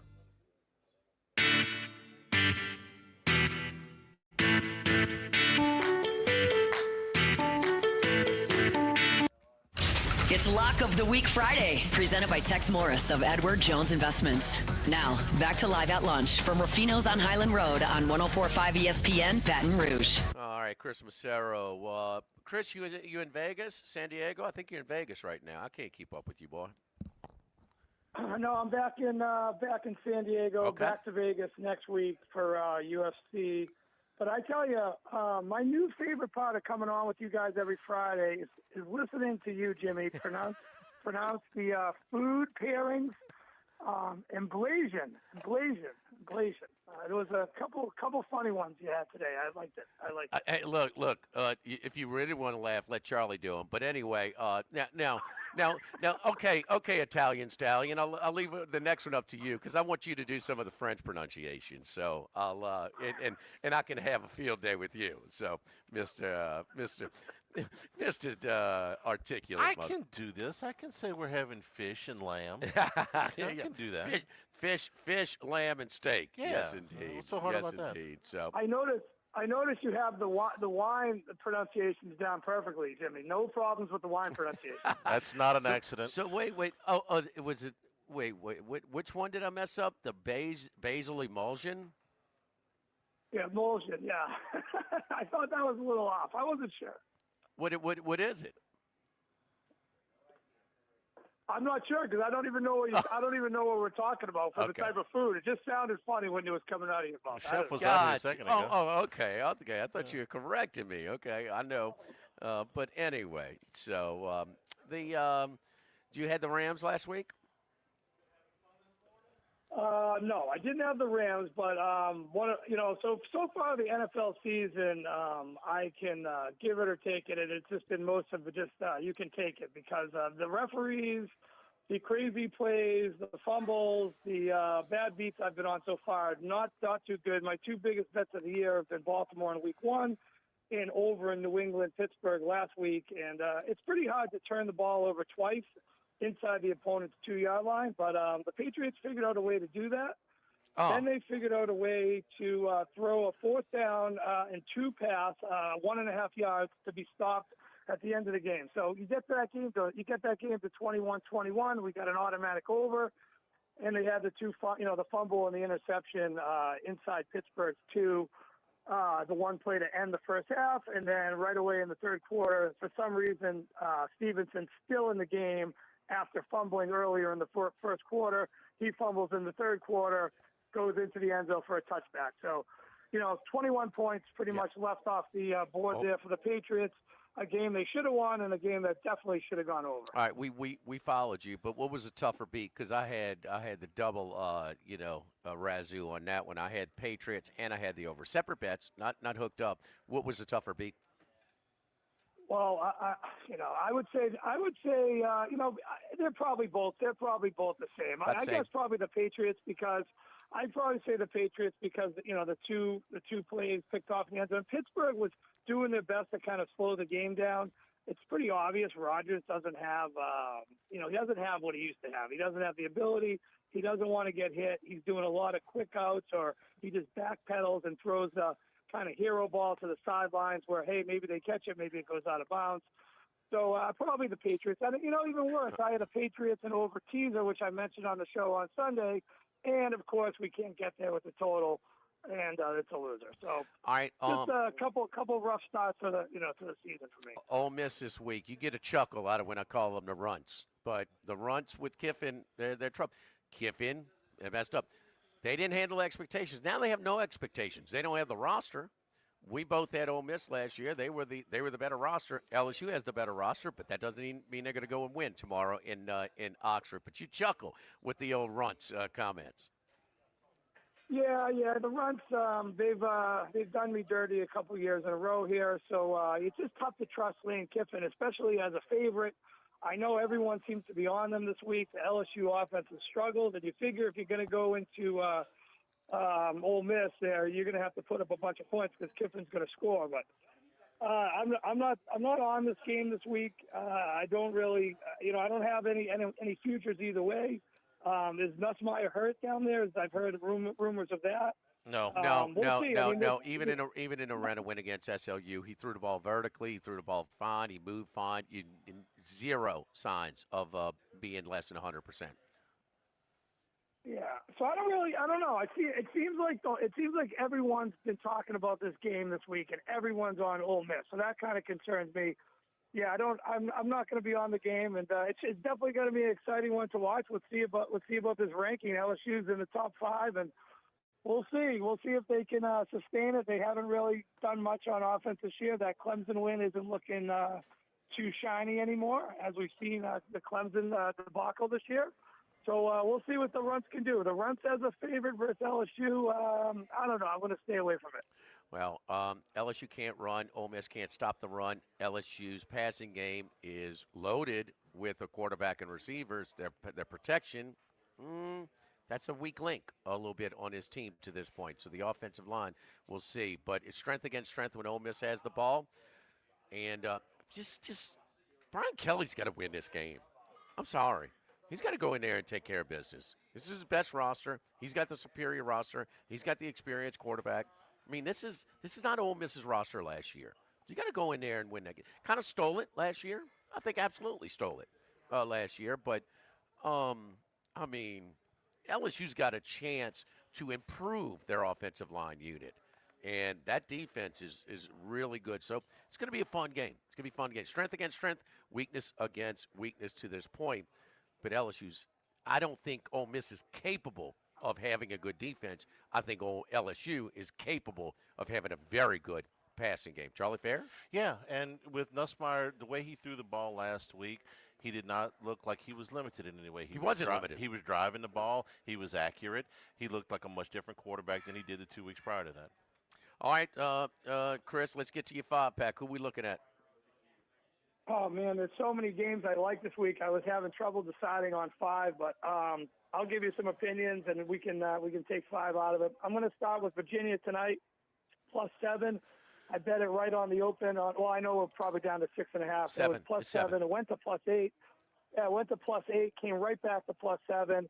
I really like this Virginia team. You know, they put up 48, 31, 55, 48. They're averaging 6.9 yards a play. Chandler Morris, senior quarterback, 85 for 120, 71% completion percentage, 1050 yards, 8 touchdowns, only 1 interception. And I'm just not sure how good Florida State is. You know, they caught Alabama in a bad spot. Ty Simpson, his first road game. You know, no expectations. They were 2-10 last year. Alabama figures are going to come in with a cakewalk. Didn't happen. I'm not a huge Thomas Castellanos fan, as I said before. He didn't even complete a pass versus Alabama after the 8:49 mark of the third quarter.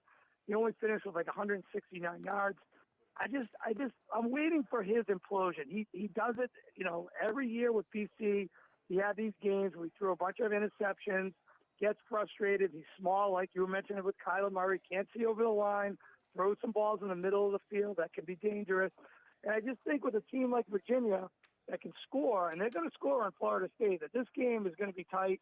I like the 7 points. You know, short week for Florida State, Friday night game in Charlottesville. I expect Virginia to put up a good fight here, and I like the 7 points. Our Virginia +7. Next. Okay, this game doesn't make any sense to me. Full transparency, I bet it at +11, West Virginia. I bet it again at 13.5. We're at probably 12.5 now. I don't see this Utah team going across the country with the air out of their balloon. Probably not going to make the playoff now. Pretty miserable performance against Texas Tech last week. Lost 34-10. The score could have been 55-10. A couple of passes picked off down in Utah territory, and I just don't see it. Utah beat UCLA, horrible. Cal Poly doesn't really count. Wyoming, another horrible team. Now they got to go all the way across the country. And listen, West Virginia is a little bit offensively challenged. They had 10 points on the road against Ohio, 10 points on the road against Kansas, but they put up 31 in overtime versus Pittsburgh, and they just seem to play a lot better at home. I think Rich Rod will have the boys ready to play, and I think against a Utah team that just can't put up many points, and there's rumors that Dampierre is injured, the ankle. He's just not a good passer as it is anyways. He had 25 completions, but only 162 yards last week. Just not impressed with him, and I think Kyle Whittingham, for as much as people say he's a great coach, I think he's lost more than a step. I don't forget what he did to me last year. 7 straight losses in the middle of the season before they beat UCF in the last game. I think he's lost his fastball. All right, West Virginia's +12.5 at our local shop, The Queen, here at DraftKings Outlet. Your third pick. I like over in Duke, Syracuse. We've been on Duke over the last couple weeks. We're going to go at it again. Syracuse gives up 6.2 yards a play. Both these teams run a really quick offense. Syracuse 21.6 plays per seconds per play. 4th in the country. Duke, 9th in the country, 22.7. So both these offenses are running quick, and I think Mensa is going to eat big time. I also think Anderson Castle, the running back for Duke, big game last week, 3 touchdowns, 92 yards. He should have a big day, too. If Syracuse can get any quarterback play because Angeli is out, they're going to score, too, because, as we mentioned before, Duke gives up 9.8 yards per attempt, 13.7 yards per completion, 113th in the country. I think this is a shootout in the old Carrier Dome. Ricky Collins, the Baton Rouge native, an original LSU signee, transferred to Syracuse, will now take over. He was expected to win that job against Angeli, but he'll take over. When Angeli, did you see, though, he was struggling against UConn. He was on fire last week against Clemson before they pulled him out. Looks like Mensa maybe have turned the corner, too. They ambushed him at his own place uptown in New Orleans at Tulane, handed the ball off on 3rd and 11 near midfield to just lighten them up in the second half. They were the beneficiary last week, though. +4 to turnover, +3 in the attempted 4th down failures. 0-7 combined against NC State, so a little bit fortunate for the Blue Devils. Duke over is 58.5 tomorrow at 11 a.m. kick. Your 4th pick, Chris. Yeah, I'm going to go with Texas A&M here just as a spot play. Texas A&M's coming off a bye. Auburn with a horrible schedule stretch here. You know, the brutal loss with some officiating question marks against Oklahoma in a tough, very tough, rough and tumble game in Norman. Now they got to go home to the Plains and then come right back to Texas A&M. And I just think A&M off a bye is going to be fresh. Granted, Auburn has a tremendous run defense. They're only giving up 1.9 yards a carry, which is number 1 in the country, but they're facing a top 10 O-line in A&M. It's a big test for Le'Veon Moss, their top back. I expect him to have a pretty big game, even though Auburn is a great run defensive team. I also think you can throw a little bit on Auburn. Auburn gives up 7.4 yards per attempt, 11.8 yards per completion, and you got a great tandem, Marcel Reed, Mario Craver. Check the notes on Mario Craver. 20 completions, 436 yards, 4 touchdowns. I mean, just as a flyer and a Heisman pick, he's 150 to 1 at DraftKings. Might be worth a shot. I laid 5.5. I think we're up to 6.5 now. I think they just wear him down in the 4th quarter, end up getting the cover. Charlie, we're trying to see if Oklahoma fits in the SEC after 2 summer teleconferences, which included all the coaches talking about we're not doing this hideout play, okay? And they run it. 4 different head coaches called the commissioner after they saw the play and said, what are we doing? Yeah, this wasn't an accident. This happened. This was something that they meticulously planned. Yeah. And it's Bush League. That's why they tried that. Look, the other thing they did last week was who'd they find for faking injuries? I'm blanking. It wasn't in the SEC. It was another Syracuse. league. Syracuse. They find that was the other big thing. It was like, look, when you have guys fall down, voluntarily to stop play, that's Bush League. Stop doing it. Welcome to the SEC, the cheating chuck wagon and the Boomer Sooner. All right, Chris, your 5th pick. Who we got this week? I had so many things I like. I kind of want to go against NC State's defense again. Virginia Tech. I think they have a shot. They fired the coach. They've been looking good. My God, but I'm going to go with Arkansas. And I don't know if I want to go Arkansas over, but I'll go Arkansas. I know the line's moved a lot, but I just think this Notre Dame secondary is just in a world of hurt right now.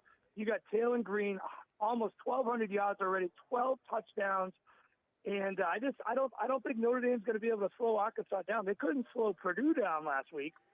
Right. On the flip side, if you want to play a total in this game. Love is going to have a field day against Arkansas defense. They're 93rd in the country, giving up 4.5 yards per rush. I think Arkansas wins a close game, but I also like the over in this game. But you can put me in for Arkansas plus whatever we got as plus my, 4.5. Plus 4.5 right now. The total is 63.5. Yeah, both of these defenses are horrendous, so should be a field day. The first time that Arkansas and Notre Dame will play the Lou Holtz Bowl tomorrow, 11 a.m. Central kick. Chris, you available on Sunday morning for your top 2 picks? We followed you. We were right. Great handicap. We just couldn't get they couldn't hold the damn ball inside the 5-yard line. Yeah, we had the rocking chair winner with the under in Cleveland, Green Bay, and then we had a heart attack game in the Patriots. So that's how it goes in the NFL. Chris, good luck to you, buddy. I'm sure I'll be communicating with you over the weekend. Good luck, bud. All right, great. Have a great weekend, guys. Talk to All you right, soon. don't forget our friends at Legacy Title. Chad Reynolds, Legacy Title for all of you real estate closings, 296-0060. Full-service title company servicing all of South Louisiana. Fast, friendly, professional service is what you get from their long-standing team. Ashley Donald, Mariana Haynes, Adrian Galata, Michael Platt, Natalie and Bradford Smith. Buying, building, refinancing. Nobody chooses but you. Choose Chad Reynolds and Legacy Title, 296-0060. Lock of the week. Live at Ruffino's Live Week Cardinals. Friday, presented by Tex Morris at Edward Jones Investments on 104.5 ESPN Baton Rouge. Live at lunch. Get the 104.5 ESPN Baton Rouge mobile app powered by Bayou Ford and tap the microphone icon to send us your thoughts in an audio message. Your message could be played on air. Find our app in the Apple or Google Play Store. For direct links, visit 1045ESPN.com. Tigers, Saints, Southeastern Conference. All in one place. LouisianaSports.net. No paywalls, no article limits. It's just the coverage the Louisiana sports fans want. Bookmark it today. LouisianaSports.net. This is Buzzy Heidel for the Morris Insurance Group. Outdoorsmen in the state might be having a tough time right now finding policies to fit on the properties they love. If you've got a hunting camp, a boat, or an RV that has been difficult to insure, we want you to look again. For owners or renters, the Morris Insurance Group can help you all the way to the duck camp or the fishing boat. We also have policies on coastal properties, including flood insurance to let owners protect themselves in the event of damage. For your camps, boats and trailers, four-wheelers, ATVs, and tractors, get a quote today at morris-ig.com or call 225-201-0007. This is Charles Henniger. For total maintenance for AC and heating, generators, electricity, and plumbing, Total Maintenance is your one-stop sales and service shop for all of these needs. Service today, every day. That's their slogan at Total Maintenance, so nobody ever has to go to sleep hot. Over the years, Total Maintenance has expanded into the New Orleans area, as well as their offices in Baton Rouge with full staffs in both markets. Call 480-1000 in Baton Rouge or in New Orleans, 841-3300. Service today, every day at Total Maintenance. At Town Square Pizza, we take pride in serving Baton Rouge with fresh, delicious, piping hot, personalized pizza with unmatched speed. Whether you're a downtown worker, a family looking for convenience and value, or an out-of-towner staying at one of the nearby hotels, Town Square Pizza is the spot for you. Try a specialty pizza like the Spanish Town Supreme or custom build your own. Family packs, kids' meals, and salads are available as well. It's hip to be square at Town Square Pizza, downtown facing. What else? Town Square. Baton Rouge, get ready for a fiesta of flavor. Whether you're craving sizzling fajitas, cheesy enchiladas, or the best margaritas in town, Las Palmas Mexican Grill and Rio Cantina Mexican Grill have you covered. Bring the family, bring your friends, and bring your appetite. From fresh guacamole to mouth-watering tacos that hit just right, it's not just a dinner, it's a celebration. So why wait? Tonight, make it Las Palmas or make it Rio Cantina, two local favorites serving up authentic Mexican taste right here in Baton Rouge. Las Palmas Mexican Grill and Rio Cantina Mexican Grill, where every night's a fiesta. Go Automotive has a great selection of new cars: Chevy, GMC, Hummer, Chrysler, Dodge, Jeep, Ram. You rather a pre-owned vehicle? Using our resources, we'll help find you any vehicle that you're looking for. Our service department offers VIP service. You never have to come to the dealership. We'll pick up the vehicle at your home or office, drop off a loaner, service the vehicle, and return it when it's done. Mention my name, Jimmy Ott, for VIP pricing. The Chevy Tahoe I drive came from Go Automotive. That's Go Automotive in LaPlace and Plaquemine. If you're near the north side of campus, I need to remind you about a couple of longtime favorites. Highland Coffee's the original specialty coffee shop in Baton Rouge since the 1980s. My personal favorite. Love getting my cappuccino from their friendly, knowledgeable staff. Roasted right in the shop.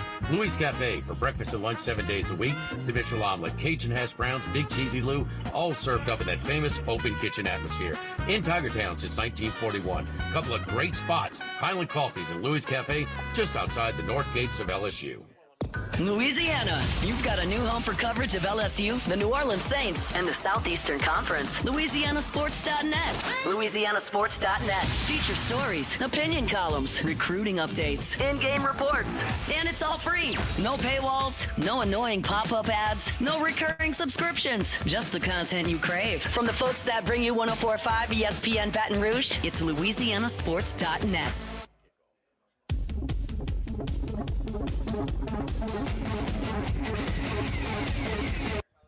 Jimmy, Charlie, and Troy. Three best buddies sitting around talking sports bets. Let's welcome in Troy Macker from Bet Rivers. Troy, what's up, man? We got a great college football slate tomorrow, buddy. Yeah, we do. I'm very excited. It's I need it too because right now I am not too thrilled at what I've been seeing from Bethpage Black. Oh no, it's a rough start. So yeah. It'd be one thing if Team USA was just losing. Now I do acknowledge that Europe played pretty damn well in the opening matches, but because they're at home, so to speak, you don't want them to be down 3-1. Where if you lose any more matches, it's very hard to come back. So I need to start looking forward to Saturday and Sunday because the Ryder Cup has done us no favors. Yeah. Well, it's early, but it's not a good start. I mean, was there more lopsided matchup than? Okay, Scheffler's the best player in the world. We all agree there, right? Who's the second best? Rory. Rory, and who's the hottest after Rory? I gotta go with Fleetwood, man. Yeah. I mean, and then you put a questionable guy like Morikawa again. Man, that was you're 0-1 to start off with. That 4-ball this afternoon with Scheffler, they giving him J.J. Spawn against John Rahm. Spawn's more in form. Right, Yeah, exactly. yeah. And against John Rahm and Sepp Straka. That should be entertaining. That I like Scheffler and we do. How's Bet Rivers doing doing the different matches and head ups on these matchups, or what is the betting menu for the Ryder Cup, Troy, as we go through the weekend? Yeah, it is certainly a little bit more limited than a typical PGA event. It's due in large part to the style of golf and obviously the number of competitors. But yeah, we have heads up. I think for some of the 4 balls, we have you can bet on each hole. You can do nearest to the pin. I think like off the longest tee shot per hole. So there's a lot of live options for these. But in terms of like kind of outright matches, I believe it's just who's to win. And in golf events, you can find a lot of really long odds, which I think attracts people. Certainly, you're betting against the field. But for this event, you're not going to find very, very many odds, longer than plus 250, whereas that is relatively short in a regular event. So we do take less handle on this than, significantly less than the majors and probably less than some of the big kind of non-majors. But again, that's because it's going up against college football and the NFL. The last time out it was in Europe, so the time difference impacted betting. And in a lot of times, depending on how today goes, it could be so wide of a lead that it makes it hard for people to bet on Saturday and Sunday's action. So it is a very interesting event to be working for the book for, just because it is so different than everything else. But I will say at this moment, if Europe continues to kind of cruise past USA, it will be a very good weekend for the book, at least in the golf realm, because a majority of the large bets, I believe all of them, if there's, what I would categorize as 30 to 40 large bets, I think, 29 of 30 are on USA side. By the way, Sam Burns going off in about a half an hour with Patrick Cantlay against Rory McIlroy and Shane Lowry. Would you break up Cantlay and Xander? They did.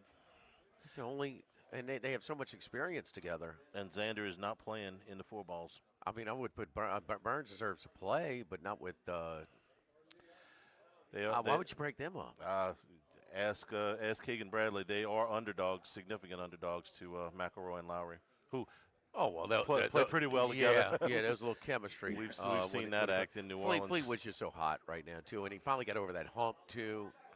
With this, but I mean, how many times is he right there? This guy is just on. Those two were just. He's playing with Justin Rose against Ben Griffin and DeChambeau. Another tough one. So and Rose is. And then the 4th one is Cam Young and Justin Thomas against Alberg and Hogard. JT struggled today. Cam Young was sort of a question mark. Certainly Morikawa was a question mark, but they sat him in the afternoon as well. Where's Max when you need him?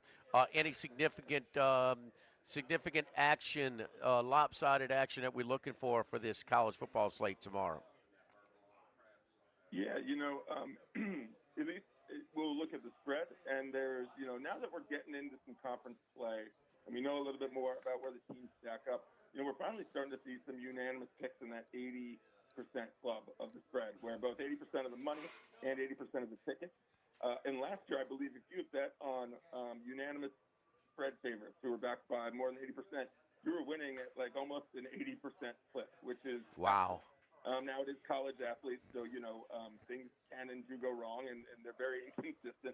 But this week, right now, we have it's just in the top 5. We have 3, and you're going to have to help me out with one of them. But we have Vanderbilt minus 23 versus Utah State. Vanderbilt is playing great. It might be a little bit of an overreaction, but Utah State is not good. 84% of the tickets and 88% of the money is on Vanderbilt to cover. Then we have BYU minus 6.5 at Colorado. 84% of the tickets, 85% of the money. I totally get that. And then the strongest one is Louisiana Tech minus 3.5 at UTEP.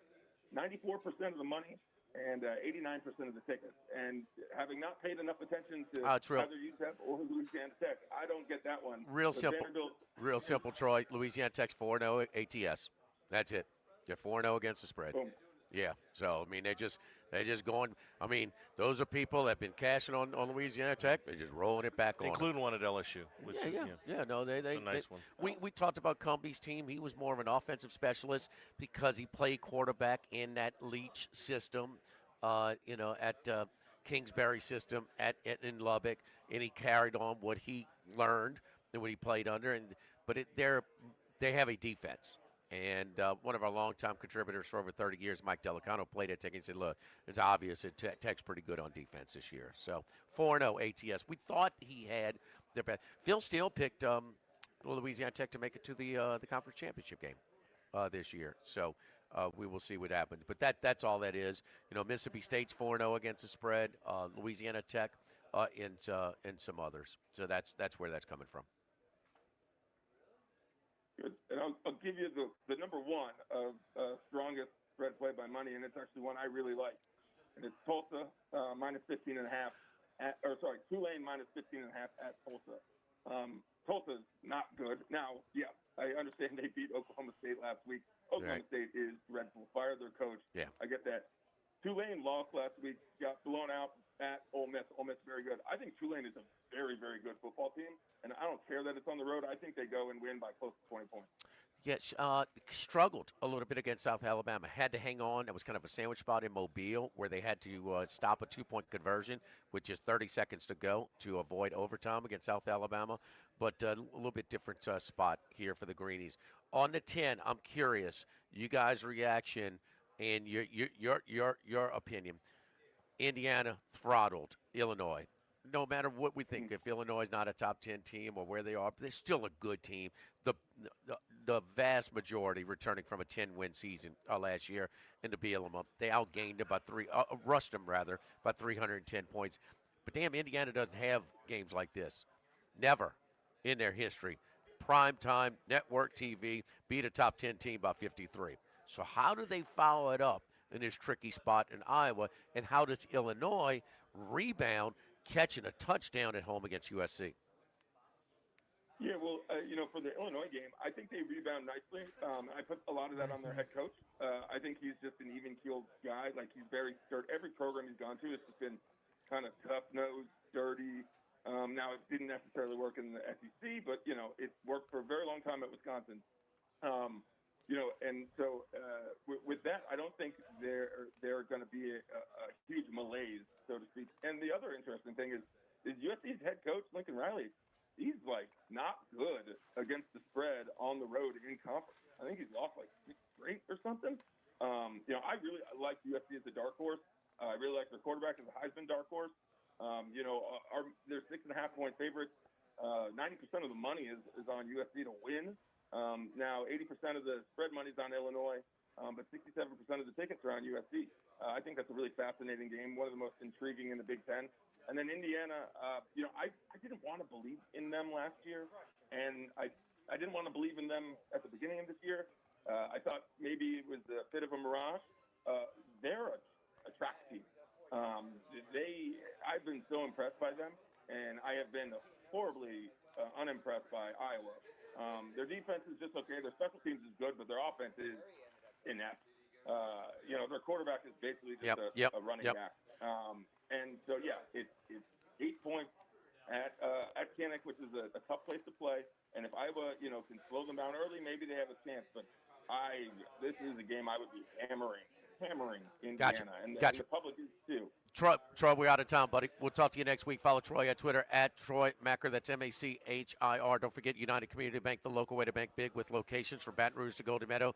Been serving the people of South Louisiana for over 50 years. Our great team of bankers: Heath Meir, Nicole Glover, Hunter Creed, David Campbell, David Henry, Prentice Wilkes. United Community Bank, member FDIC, equal housing lender. Live at Ruffino's Log of the Week Friday, presented by Tex Morris at Edward Jones Investments, 104.5 ESPN Baton Rouge. Live at lunch. Louisiana, you've got a new home for coverage of LSU, the New Orleans Saints, and the Southeastern Conference. LouisianaSports.net. LouisianaSports.net. Feature stories, opinion columns, recruiting updates, in-game reports. And it's all free. No paywalls, no annoying pop-up ads, no recurring subscriptions. Just the content you crave. From the folks that bring you 104.5 ESPN Baton Rouge, it's LouisianaSports.net. This is Buzzy Hydell for the Morris Insurance Group. Outdoorsmen in the state might be having a tough time right now finding policies to fit on the properties they love. If you've got a hunting camp, a boat, or an RV that has been difficult to insure, we want you to look again. For owners or renters, the Morris Insurance Group can help you all the way to the duck camp or the fishing boat.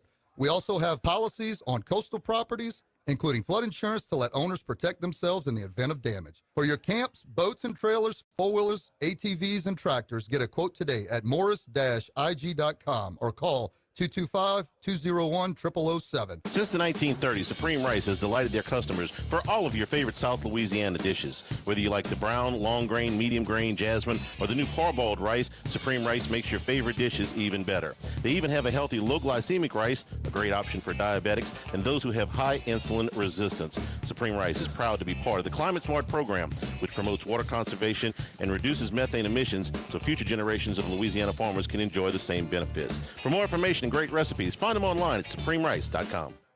Now, everybody's been to Louis Cafe by campus. Heck, it's been around since over 80 years now. We're still doing delicious omelets like the Mitchell, cheesy grits, big cheesy Lou, and those Louis original Cajun hash browns. We now offer a pickup window. Just call in your order at 346-8221. Give us 15 or 20 minutes, and we'll have it ready for you. Our hours are now 6:30 a.m. to 2:30 p.m., 7 days a week. So next time you visit campus, make it a point to stop by and visit an old friend. Louis Cafe, just outside the north gates of LSU.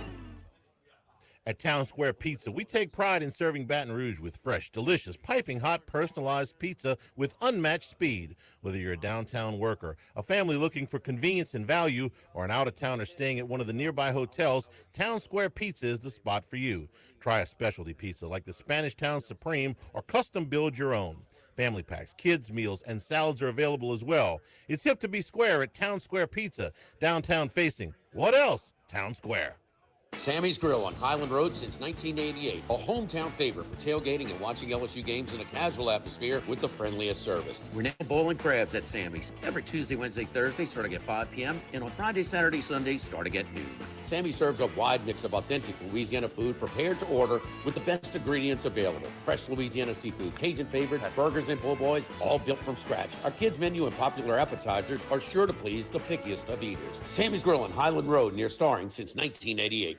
By now, you know that we do our show every other Tuesday at the Crown Town Room at Dozy Place. The Crown Town Room is ideal for larger groups, or if you just want to watch the game on one of our 3 large TVs. The tamales are the most popular appetizer, but don't forget the seared tuna with a sriracha glaze. For the perfect blend of sweet and spicy, you can't go wrong also with the flash fried oysters or the shrimp. The porterhouse is the perfect steak to share. Strip on one side, filet on the other, prepared at different temps if you like, bone in to maximize flavor. Dozy Place on Government Street, just off Acadian in the heart of Mid-City.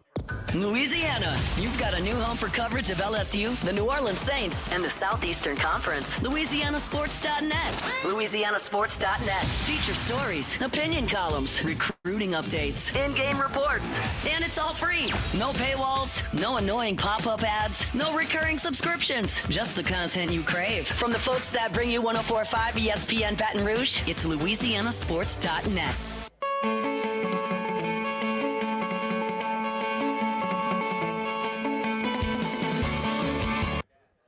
It's Lock of the Week Friday, presented by Tex Morris of Edward Jones Investments. Now, back to Live at Lunch from Ruffino's on Highland Road on 104.5 ESPN Baton Rouge.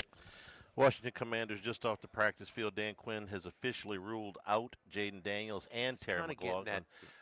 So they're going to be without two of their best players against Atlanta on Sunday. That game's in MCL Atlanta. sprain. Sometimes, like Mahomes came back with a playoff game in a week. All right, and he was limping. But it always used to be a month. Then it was like 2 to 4 weeks. So, I mean, that was a Thursday night game against the Packers where Daniels originally got hurt, remember? Yeah. So you got a little extra time, but you're dealing just under 2.5 weeks, and they're going to rule him out. Well, and they got and on a side of precaution with a capable backup. Yeah, you got a very very capable backup in Mariota. Let's not. But to compete at the highest, Daniels is our guy. What you 30? If you had a weaker backup, it might be pressured a little bit. And you're playing the Falcons, who are a mess offensively right now. They can beat you. No, they can. They're only a 1.5-point favorite. If Daniels was playing this game, Washington would be a favorite on the road in Atlanta. Don't you think? Road. If Daniels was playing, slight, but still, right around a pick 'em either way. Bruce Marshall, when we come back and the Ryder Cup's back underway, Lock of the Week Friday at Ruffino's 104.5 ESPN Baton Rouge. Hey, it's Matt Moscona. If you missed the show, you can always check it out on demand at 1045ESPN.com, the 1045 ESPN app, or the After Further Review YouTube channel. AFR On Demand, brought to you by Breck Golf. Book your tee time today at golf.breck.org. By now, you know that we do our show every other Tuesday at the Crown Town Room at Dozy Place. The Crown Town Room is ideal for larger groups, or if you just want to watch the game on one of our 3 large TVs. The tamales are the most popular appetizer, but don't forget the seared tuna with the sriracha glaze. For the perfect blend of sweet and spicy, you can't go wrong also with the flash fried oysters or the shrimp. The porterhouse is the perfect steak to share. Strip on one side, filet on the other, prepared at different temps if you like, bone in to maximize flavor. Dozy Place on Government Street, just off Acadian in the heart of Mid-City. This hour of Live at Lunch with Ott and Hanny is brought to you by Dana Brown at the law offices of O.C. Brown, 343-1111, and ocbrown.com. Roto-Rooter for all your plumbing needs, 925-8710. Supreme Rice, grown, milled, processed in Louisiana since 1936. United Community Bank, the local way to bank big. Tex Morris at Edward Jones Investments on Jefferson Highway, 928-8659. Total Maintenance, your one-stop shop for AC, electrical, generators, and plumbing. Service today, every day for Total Maintenance and Coastal Capital Advisors. Markets evolve. We adapt. Get the 1045 ESPN Baton Rouge mobile app powered by Bayou Ford and tap the microphone icon to send us your thoughts in an audio message. Your message could be played on air. Find our app in the Apple or Google Play Store. For direct links, visit 1045ESPN.com. Tigers, Saints, Southeastern Conference, all in one place. LouisianaSports.net. No paywalls, no article limits. It's just the coverage the Louisiana sports fans want. Bookmark it today. LouisianaSports.net.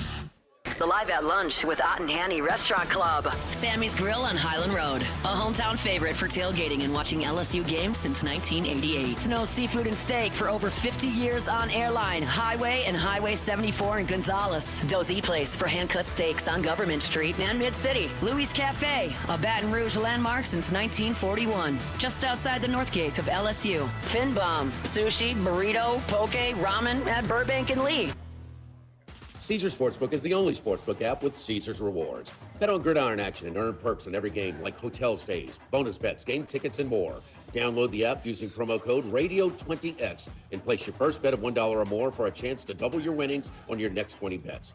Open to new users in Louisiana who are 21 or older. Licensed through Horseshoe Bossier City and Caesars New Orleans. Max bet of $25 for boosted winnings. Max additional winnings, $2,500 per bet. Profit boost tokens expire 14 days after receipt. If you or someone you know has a gambling problem, call 1-800-GAMBLER. Workbox can handle all of your movable storage needs, commercial and residential. Our shipping containers come in various sizes, 8x8, 8x10, 8x20, or even 8x40 feet. Not just one size. These units can be customized for any use. Custom lunchrooms, offices, work sites for plumbers or welders. Dual purpose, part office, part storage. Climate control, shelving, lighting, using different materials, whatever you need. Give my buddy Martin Padial of Workbox a call at 343-4886, 343-4886, and workboxllc.com.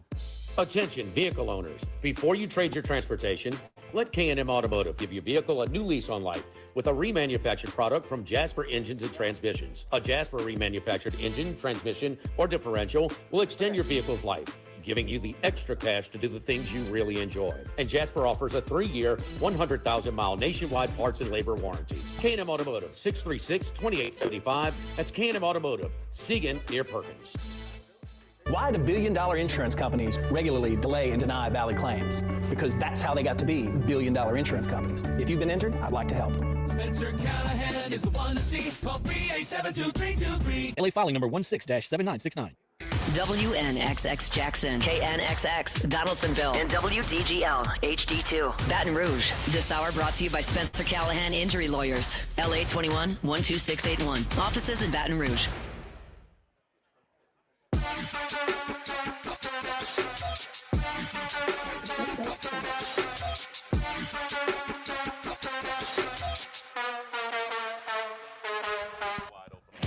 He's out there somewhere in the world. Maybe even your local sports book. Can anybody help us? Let's bring in Bruce Marshall. Brucey, how you doing, buddy? Hey, pretty good there, Jimmy. All right, we got a great slate of college football this week and tomorrow. But before we do that, Brucey, your NFL, your best bet or two, and why?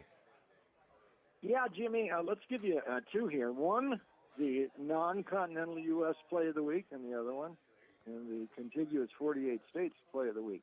So the first one, I'll give you Pittsburgh on Sunday early in Dublin against the Vikings, who are, by the way, going to stay over for the next week. They play in London the following week, so a nice adventure here for the Vikings.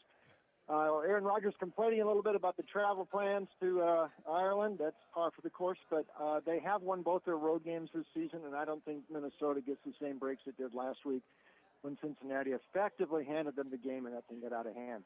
Carson Wentz again. I'd rather have Rodgers going in this spot. I'll take Pittsburgh over there in beautiful Dublin.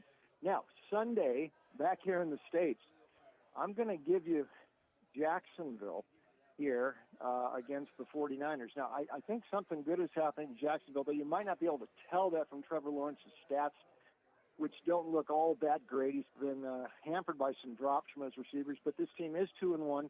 The defense is making plays. They could easily be 3-0 right now.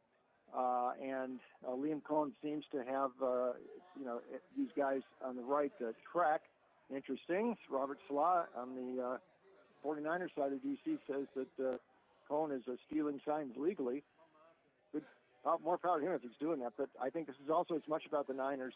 Apparently, Brock Purdy is going to give it a go on Sunday. But, Mac Jones apparently can't play on Sunday. So they are really getting thin, and the injury bug is hitting the Niners again.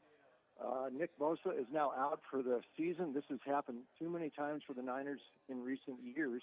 And you think back when the Niners were really humming, last year before the injuries and the year before, what was the offense? So, of course, McCaffrey, yes, he's back, but Deebo Samuel is now in Washington. Brandon Ayuk is out until at least midseason. George Kittle's out for 2 more games here this month. This is not the same offense as we've seen in past years from San Francisco, and they're playing every game right down to the wire. If you can find that hook on top of the 3 with Jacksonville, more power to you. I don't think you're going to need it. I think Jacksonville can win this game, but let's just stay with the point spread and the Jags and go with that one on Sunday. All right, Bruce. Did you have a chance to talk to our common friend Brett Norsworthy, veteran Memphis sports talk show host and part of the Ole Miss radio broadcasts, about LSU and Ole Miss being permanent and this big game on Saturday with LSU and Ole Miss? The winner will be LSU was even money to make it to the playoffs this year. Ole Miss, not exactly giving it much of a thought. They had a much better team last year and they didn't make it, so how would they make it this year? But that schedule is favorable. They would be 3-0 in the SEC if they were able to hold serve at home this Saturday. Yeah, these have been great games the last 2 years, that's for sure. Home side has won, close fashion. That was as thrilling as it gets for LSU last year. One of Garrett Nussmeier's highlights, tying that game up right at the end, winning in overtime on the TD pass. That was thrilling stuff. That would end up, one of the few games that cost Ole Miss a shot to get to the playoffs. So they get them at home here. The buzz, of course, up in Oxford, and we texted about it this week, talked about it on the air a little bit last week. It's Trinidad Chambliss at quarterback. They are ecstatic about him up there. Brett said before Lane announced it, he said, no, he's going to go with Chambliss and not with Simmons. You talked about some of Simmons' issues, throwing too many fastballs and other things, before his injury. And then Chambliss has stepped in, knows the offense, throws a much more catchable ball, and apparently much more easier to deal with than Simmons. Also, they're a little ecstatic up there about Chambliss, and you look at the Heisman odds, and he all of a sudden he shows up at about 80-1. Listen, the Heisman race this year the doors have been blown off the Heisman race. I don't know what direction this goes, and it is wide open for a guy to jump into the race from out of nowhere. This guy fits the description. I think he might be that good. They are ecstatic up there. They are also very thrilled. They expected this to be retained as one of the annual rivalries because of the history of this series. We've talked about it before.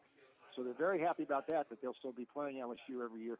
This rivalry is too good to not be played every year, so that's something they're also happy about up there, and I'm sure you guys are happy about it too. Charlie, we've talked which one of a trend, and Bruce, I'm sorry, you too, but what Ferris State is not close to SEC football. Okay, but guess what? College football is not close to NFL football. Do you get better sitting on the bench in an NFL roster or playing college football, trying to develop yourself as a quarterback for NFL? Yeah, it's the same thing. 16 starts, 25 games at Ferris State. Now, this is the best defensive personnel he'll see. This is way better defense than Arkansas or Kentucky. 100%. So we'll and better than Tulane too. And so it's we'll the best see. offense at LSU's defensive team. Yes, Yeah. it is. So it's strength against strength. Brucey, your thought on the game? Yeah, I'm not.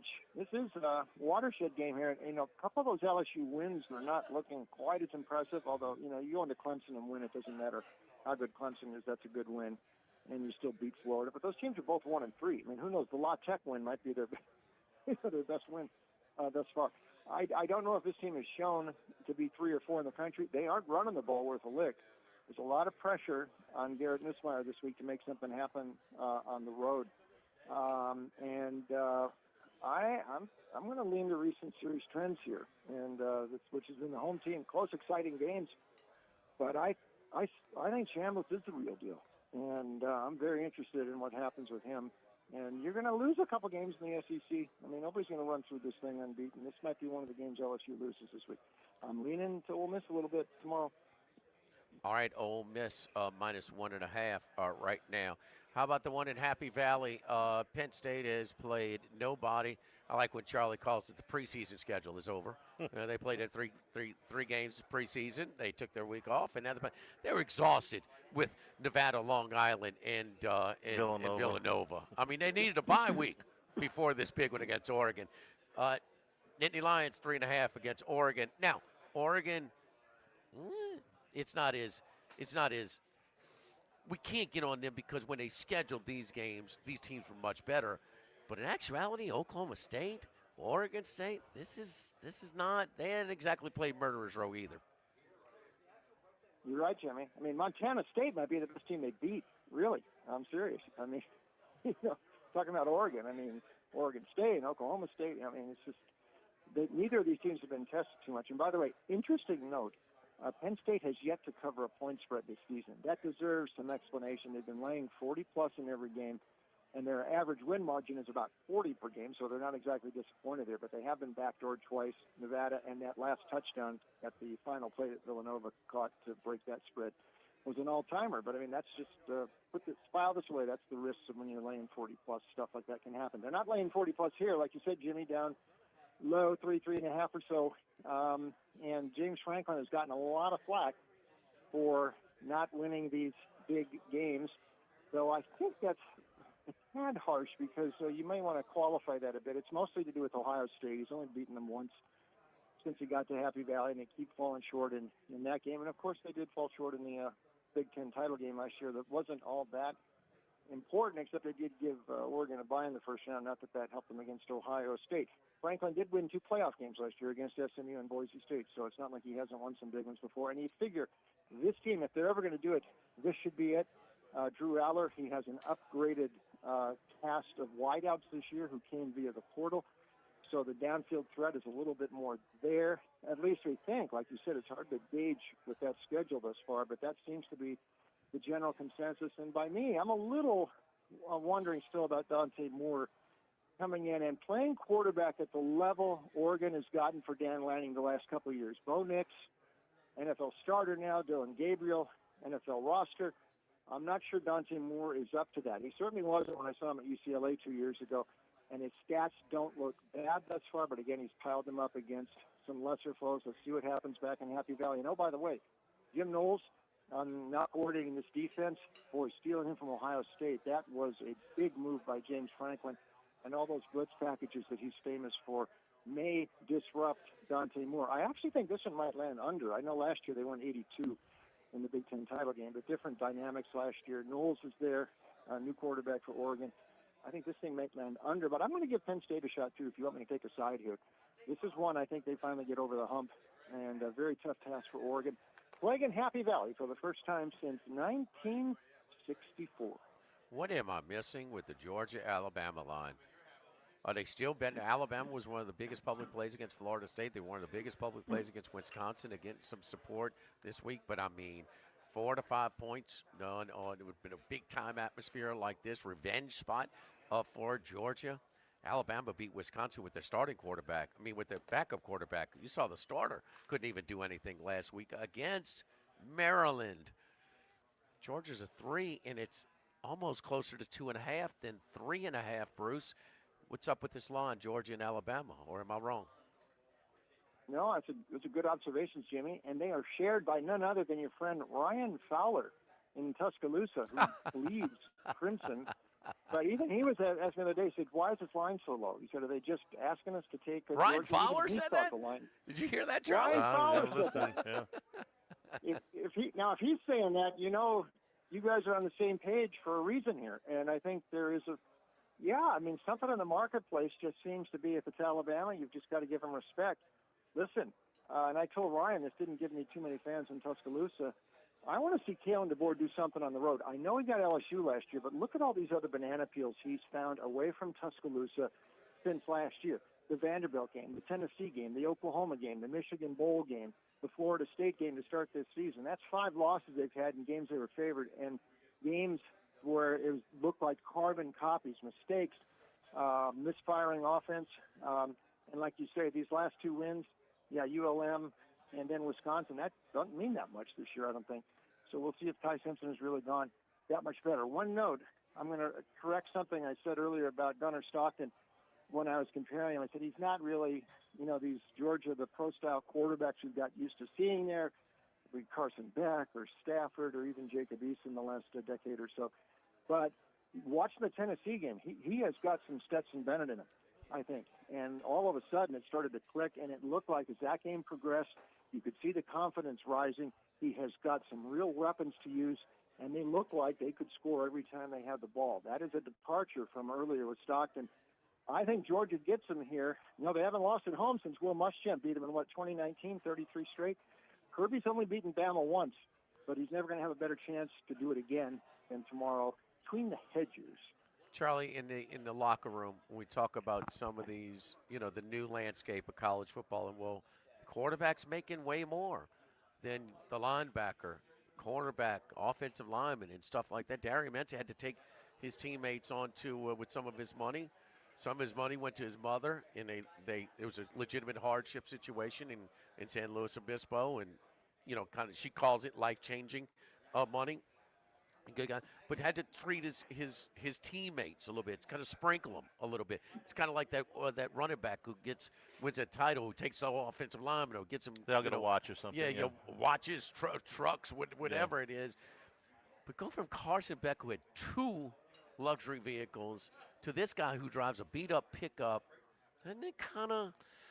That sort of. Well, we love the story, right? And then in the playoffs last year, he didn't have his best. Okay, that was his first start ever. That wasn't fair. Okay, he comes from. They are 2 touchdowns down right out of the gate at Tennessee. They're down, so he gets them back. They got a 4th down This was the most beautiful throw and catch I think that we've seen in the first month of this season, and they had to on 4th and 6, 4th and 8, whatever it is. Yeah, That last play is of the game. absolute. Yeah, they lose if it's not for that. Yeah, they got a little fortunate with the missed field goal, but that's a big time play, man. No. Confidence isn't a light switch. Hey, have confidence. No, it doesn't work like that. Something has to happen, and that is he's got a chance to elevate his game now. What my point is, they already like him in the locker room. Right.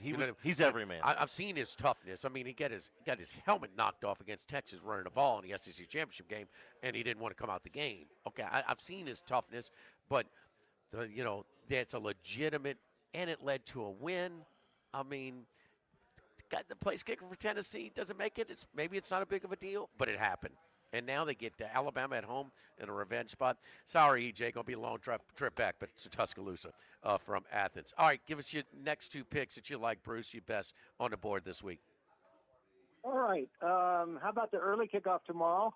We got SC at Illinois, and I mean, 2 weeks ago, would SC have been a 7-point favorite here in Champaign-Urbana? I don't think so. Would they have been it last week? I don't think so. 1.5 last week. Happens. 1.5 last week. Yeah. Yeah. Well, I mean, I think Illinois probably should have been. That was even underrating Illinois a little bit. Now, maybe Jade Maeva goes in there and does what Mendoza did and completes 21 of 23 and 5 TD passes. And by the way, he, I think now is the Heisman favorite for what that's worth. But sometimes, it happened last week. It just got going the wrong way for Illinois. And oftentimes, quality teams, when you get embarrassed like that, they will bounce back. I watched SC last week. I made it out of L.A. alive. And by the way, I'm too old to be driving the freeways in L.A. Yes, Bruce, like yes. That was not good. Blame the networks. Networks. Yeah, I'm not blame Fox for that. But I'll tell you what, SC. Now we talk about their defense. They got some ball hawks. They have some playmakers, but they didn't end up blowing me away in that Michigan State game too. They had some blown coverages. They had a wheel route. They didn't cover the guy out of the backfield. Michigan State hit some plays. I don't know that this defense is what I thought it was. And, by the way, we talked about this before, these line of scrimmage teams in the Big Ten, and Illinois still qualifies as much with that, even though it didn't work last year. They got that big pile driver fullback Fagan. But last year, I mean, at Michigan, at Minnesota, at Maryland, which wasn't that much of a line of scrimmage team, Washington, they all beat SC. And the only road game that they have won and covered in the Big Ten was at UCLA, which was just 12 miles away in L.A. County. They couldn't cover the game at Purdue a couple weeks ago. Their track record against the spread on the road in the Big Ten ain't that good. I would not be surprised if Illinois bounces back and wins this game. It's an early kickoff. SC, they're making them play all around the clock. Last week, late kickoff. This week, very early for the Trojans.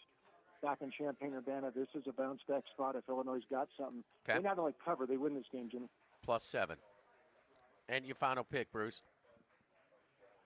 All right, here is a guy who needs a win badly. Butch Jones, Arkansas State. Now, they lost that game. He's sitting 1-3.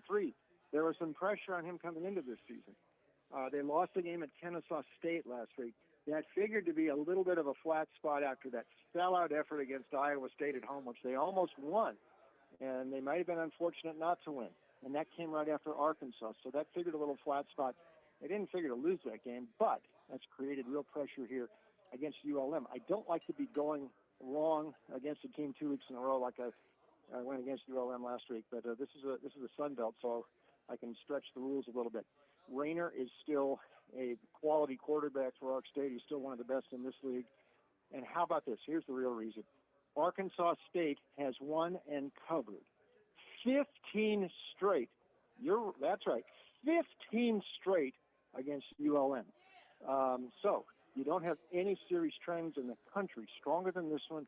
The dynamics line up in Monroe. This is it for Butch Jones to save this season. They got to win this game. They're a slight dog, and I think the Red Wolves howl tomorrow in Monroe. Butch Jones was ahead of his time, Charlie. He had the garbage can on the sideline. Josh Heupel at Tennessee has garbage cans full of $100 bills on the sideline. If you put the $100 bills in the garbage can, it helps a whole lot. I thought the garbage cans were worse than the champions of life. You know, the Champions of Life. Champions of Life, he took more grief for. I thought the garbage cans were worse. It's like, hey, we want a symbol of our team. It's a garbage can. I mean, what, a pile of horse manure wasn't available? I mean, come on. Brucey, great stuff as always, man. Good luck to you, and we're glad that you're back safe from the late night in Los Angeles. So, you know, I mean, that's a late night. Come on, Bruce. We got to do some afternoon games, you know. Go to Coach. Not as glad as I am to. Not as glad as I am to be back, I'll tell you that. Take the grandson to Palo Alto, where it's friends and families, an empty bleacher night, where the 80,000-seat stadium hosts with. But there was San Francisco, Miami Super Bowl played in that same stadium, right? Well, that's the previous Stanford Stadium. Oh, okay. This is the newer one, but okay. It was an intimate gathering. There was about 12,000 people there, so I kind of prefer those crowds instead. But it's all fun. Good luck, Bruce. Thank you, buddy. Have a good weekend. Thanks, boys. Don't forget our friends at Total Maintenance, one of South Louisiana's oldest and largest AC and heating companies since 1980.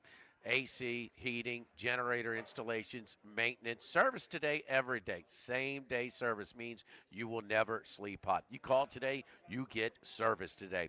Factory-authorized dealers for Carrier, American Standard, Daikin, and Rheem products. Generators, we're authorized dealer for Generac and Cummings, covering both the Baton Rouge and New Orleans area, but not compromising any service in either one, because we have a completely different staff for New Orleans and Baton Rouge, completely different offices for Baton Rouge and New Orleans. Ask about our membership programs. It covers all services with discounts and extended warranties. Total Maintenance, 480-1000, 480-1000.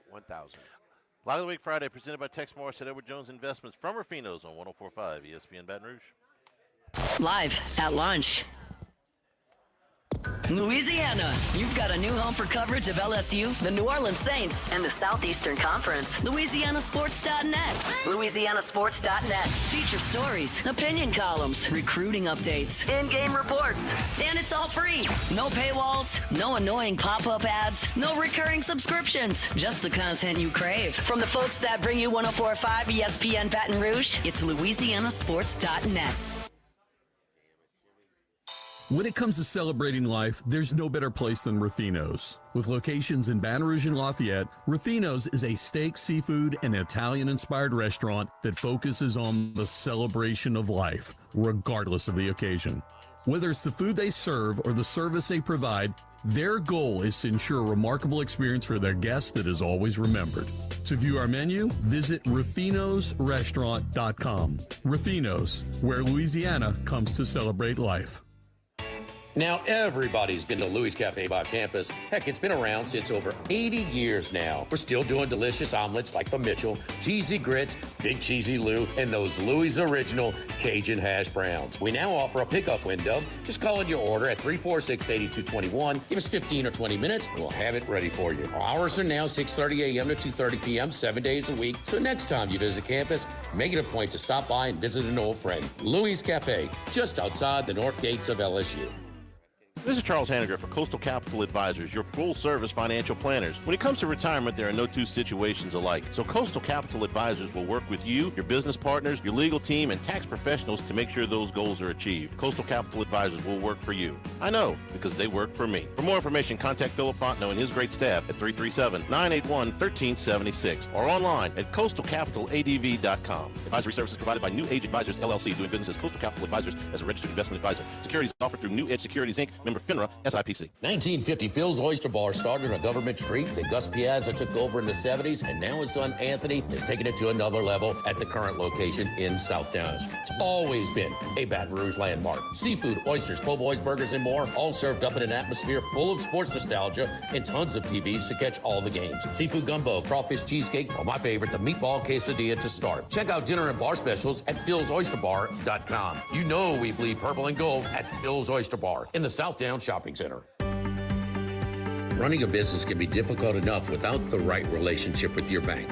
With United Community Bank's local business bankers, you're not just a number, you're a partner. Contact Heath Meir, Nicole Glover, Hunter Creed, David Campbell, or David Henry to discuss how we can help your business today. United Community Bank, the local way to bank big. Locations from Baton Rouge to Golden Meadow. We've been serving the people of Southern Louisiana for over 60 years. United Community Bank, member FDIC, equal housing lender.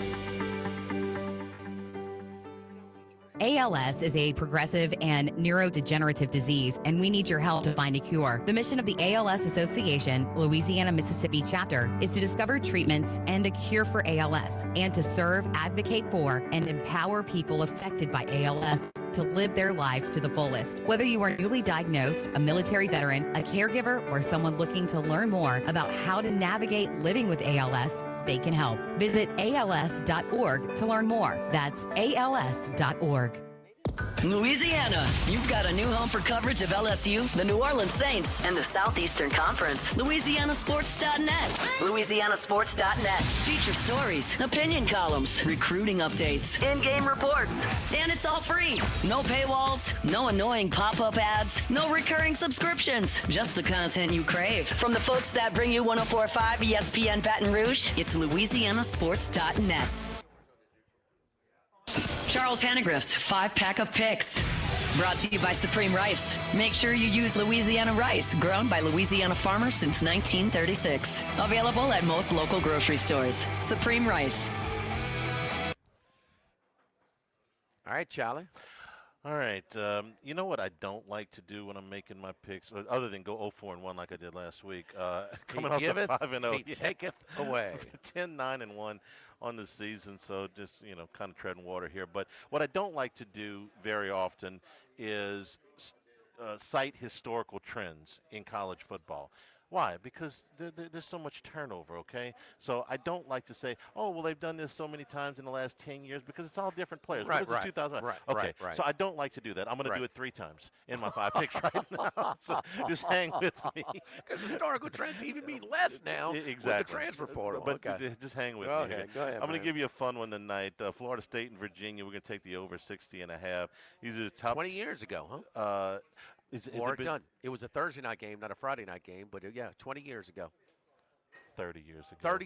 30 years ago. It was in 95. Yeah, it was. 30 Dunn years, wasn't okay, playing in 30 years 2005. ago. Yeah, 30 time years ago. flies, man. I remember that. I remember that game, the Uh-huh. first one that they lost. Top 2 scoring offenses in the ACC. Florida State, 20 first downs, 382 yards, and 31 points against Alabama. It's pretty good. 77 and 66 against the rental wins. Virginia has run up points, 51 points a game on the rental wins. But when they played North Carolina State and Stanford, at least their power teams, just under 40 points a game. I like that this game is at Virginia. They don't get very many like this. It's a standalone game against a top 10 team, and they've got a shot. I don't think that they will win this game, but they've got a shot. They're less than a touchdown underdog here. Play the over. We'll take somewhat a square play, but we'll take Florida State and Virginia over 60.5. Got another game for you tonight, like TCU plus the 3 at Arizona State. I like that TCU's already been on the road. It was not against a good team in North Carolina, but there was a lot of hoopla around that game. If you remember, there's a coach for North Carolina that was getting a lot of stuff around him. So I like that they had to weave their way through all that. But what I really like is that they came from behind in the fourth quarter against SMU in a rivalry game. And I love Josh Hoover. Man, he's playing really strong through the first month of the season. The quarterback for TCU's got 11 touchdowns, 2 interceptions, 9.7 yards per attempt. So what do we like? We like those guys that are pushing the ball down the field yet still not turning it over. Hoover qualifies through the first month of the season. Sam Levitt, a lot of hype coming into the season, and we think he's a good quarterback, but he's already thrown 3 interceptions. He is the 13th rated quarterback in the Big 12. That's not good. Arizona State's allowed 18, 20, and 21 amounts of first downs in their 3 wins. I think TCU's a little better here, and I'm catching some points. I'll take the Horned Frogs. Take Iowa at home, catching 8.5 points against Indiana right now. Iowa is 22-6 straight up at home since the COVID year. The average loss has been by 7 points. If you want to narrow that down the last 2 years, I told you I didn't like to do historical trends, but this is Iowa, right? This is Kirk Ferentz. They've had the same team for 20. Historic. Yeah, they've had the same team for 25 years. The last 2 years, they've lost 2 games by a total of 3 points. Indiana is coming off their biggest win ever? History of the program? Absolutely. Yeah, okay. Yeah, so top 10 team, about 53, net prime time network TV. Yeah. Iowa is going to put this thing in the mud, and Indiana's going to win it by 4 or 3, something like that. But I like Iowa plus the 8.5 points. Oregon plus 3.5 at Penn State. James Franklin against top 10 teams since COVID. 1-10 straight up. That one win was against Boise State last year. Oregon has been on the road, Northwestern, but still. They played what looked like a reasonable schedule on paper against Oregon State and Oklahoma State, but both of those teams are awful. But compared to Penn State, they played the Eagles, Pills, and Packers. I mean, come on. I'm going to take Oregon plus the 3.5. Maybe Penn State gets this one at the gun by a field goal, but I'm going to take the Ducks plus the 3.5. And Georgia now -3. Here's a couple of good stats for you on Kirby Smart. They've got more first-round draft picks than losses since he's been the coach there in 10 years. That's pretty good. 33 straight wins at home for Georgia. Kalen DeBoer, 2-4 on the road so far at Alabama, plus the bowl game. If you want to talk about a neutral site, that would be 2-5. Georgia nudged Tennessee on the yardstick. They nudged them on the scoreboard, and I was very impressed that they came from a 21-7 hole in Knoxville. Place was jumping. They thought they were finally going to beat Georgia. And then Gunnar Stockton, not just the throw we talked about, the fourth down throw, Jimmy, but they were 10 of 19 on third and fourth downs for the day. He made a lot of big conversions. Alabama's win against Wisconsin doesn't do anything for me. Backup quarterback, and I don't think they were very good even with the starter. Biggest surprise with Georgia is they're not running the football as well as they usually do. They're in the middle of the pack in the SEC, but they're still 85 yards a game ahead of Alabama. So I will take Georgia minus the 3. So Florida State and Virginia over the 60.5 tonight. TCU plus 3 at Arizona State tonight. Iowa at home plus 8.5. Oregon on the road plus 3.5. And Georgia at home minus field goal. Tonight, you're total over 60.5.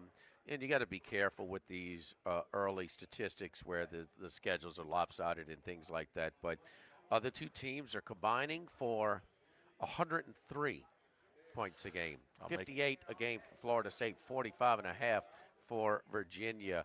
Yards per game, Charlie, they're combining for 1,193 yards a game. I am not expecting a low-scoring game tonight. Now, as far as it, look, Chandler Morris is legit, baby. He's good. Yeah. He's good. 71% completion percentage, 10 yards an attempt, 8 TDs, only 1 interception. They get a 1-2 punch at running back. So they've got some balance, and they've got Morris. He made one really bad decision. First down inside the 15-yard line against NC State with less than a minute to go. He throws a first down interception in the end zone, kind of a jump ball. That was it. They would be undefeated at this point. Slippery slope. Florida State got the U next week. Keep that in mind. So Virginia has played a lot of bad football and a lot of boring football over the last, how long? I mean, they haven't had a game like this there in a minute. So I think it's going to be an entertaining game. I think it's going to be a fun game to watch. There'll be a lot of points. Josh Hoover, we talked about him, the third-year junior quarterback from Heath, Texas at TCU. He lit up the boys last week for the in a rivalry game. He has 10 yards an attempt, 11 TDs, and 2 interceptions. He's going to go pretty high in the draft. He can make all throws. And how about his favorite receiver, McAllister, 6'3", big target. He had 250 yards and 3 touchdowns. And his best catch for a touchdown for 30 yards was negated because they didn't have a good – it was called incomplete on the field. They just didn't have a good angle on the replay because the still shots show he's clearly in bounds for the touchdown. But TCU, rivalry game, be interesting. That's it, SMU, TCU. We'll see how they handle against Arizona State. Arizona State's not what they were last year, but they had a nice win against Baylor in Waco last week. Yes, Charlie, Iowa has been the same forever. Indiana is their biggest win, their most exciting win. I couldn't help myself. I think Iowa and Illinois, how they respond from last week's game is going to be very interesting. USC, 1.5 last week this time. Now it's 7 at Illinois tomorrow.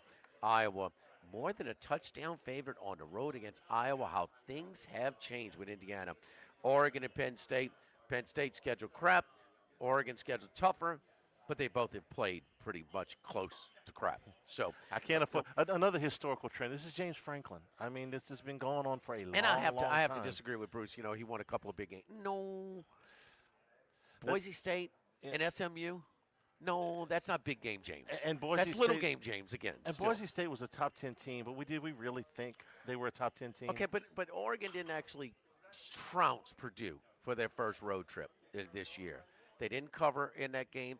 We don't know either with these teams. No, this is kind of like college football right now.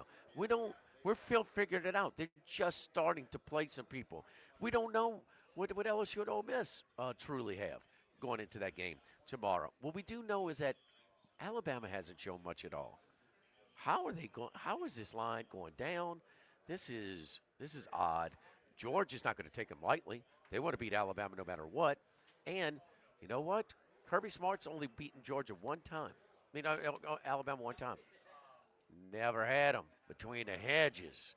Got him between the hedges for the first time. He wasn't the coach when that blackout game in Little Nicky's second year in 2008. I want to give you the full time for your picks, so I don't want to go off on this for 2 minutes. But, boy, you teed that one up for me. What do you mean? Alabama hadn't been to Athens in 12 years? Really? Don't worry, Charlie. Help's on the way. Yeah. Lord knows we got to preserve the golden boot. So God bless America. So Georgia, Oregon, Iowa, TCU, the over Virginia, Florida State. Max's picks when we return. He was 4-1. He was the leader last week for the week. We'll come back after this. Lock of the week, Friday, presented by Tex Morris and Edward Jones Investments from Ruffino's at 104.5 ESPN Baton Rouge. Live at lunch. Go Automotive has a great selection of new cars. Chevy, GMC, Hummer, Chrysler, Dodge. Can you call Max here? Get him on live? I got you. Okay. All right, thanks. Department offers VIP service. You never have to come to the dealership. We'll pick up the vehicle at your home or office, drop off a loaner, service the vehicle, and return it when it's done. Mention my name, Jimmy Ott, for VIP pricing. The Chevy Tahoe I drive came from Go Automotive. That's Go Automotive in LaPlace and Plaquemine. We're here to examine things that get better with age, like this bottle of Chateau Lafite Rothschild, vintage 1877. Age can make things more valuable, like this Picasso from his blue period, 1904. And treasured, like this Roto-Rooter jingle, 1954. Roto-Rooter jingle? Just listen to it. Oh, Roto-Rooter, that's the name. And away go troubles down the drain. Roto-Rooter. A timeless melody. Roto-Rooter? The lithe arrangement. But it's a clog-busting company. Wrong there. Roto-Rooter has grown into more than a clog-busting company. They're North America's largest full-service plumber and drain cleaner.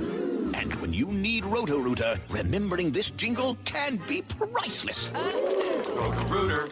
For all of your plumbing and drainage solutions, call Roto-Rooter in Baton Rouge at 925-8710. That's 925-8710. If you're near the north side of campus, I need to remind you about a couple of longtime favorites. Highland Coffee's the original specialty coffee shop in Baton Rouge since the 1980s. My personal favorite. Love getting my cappuccino from their friendly, knowledgeable staff. Roasted right in the shop. Louis Cafe for breakfast and lunch 7 days a week.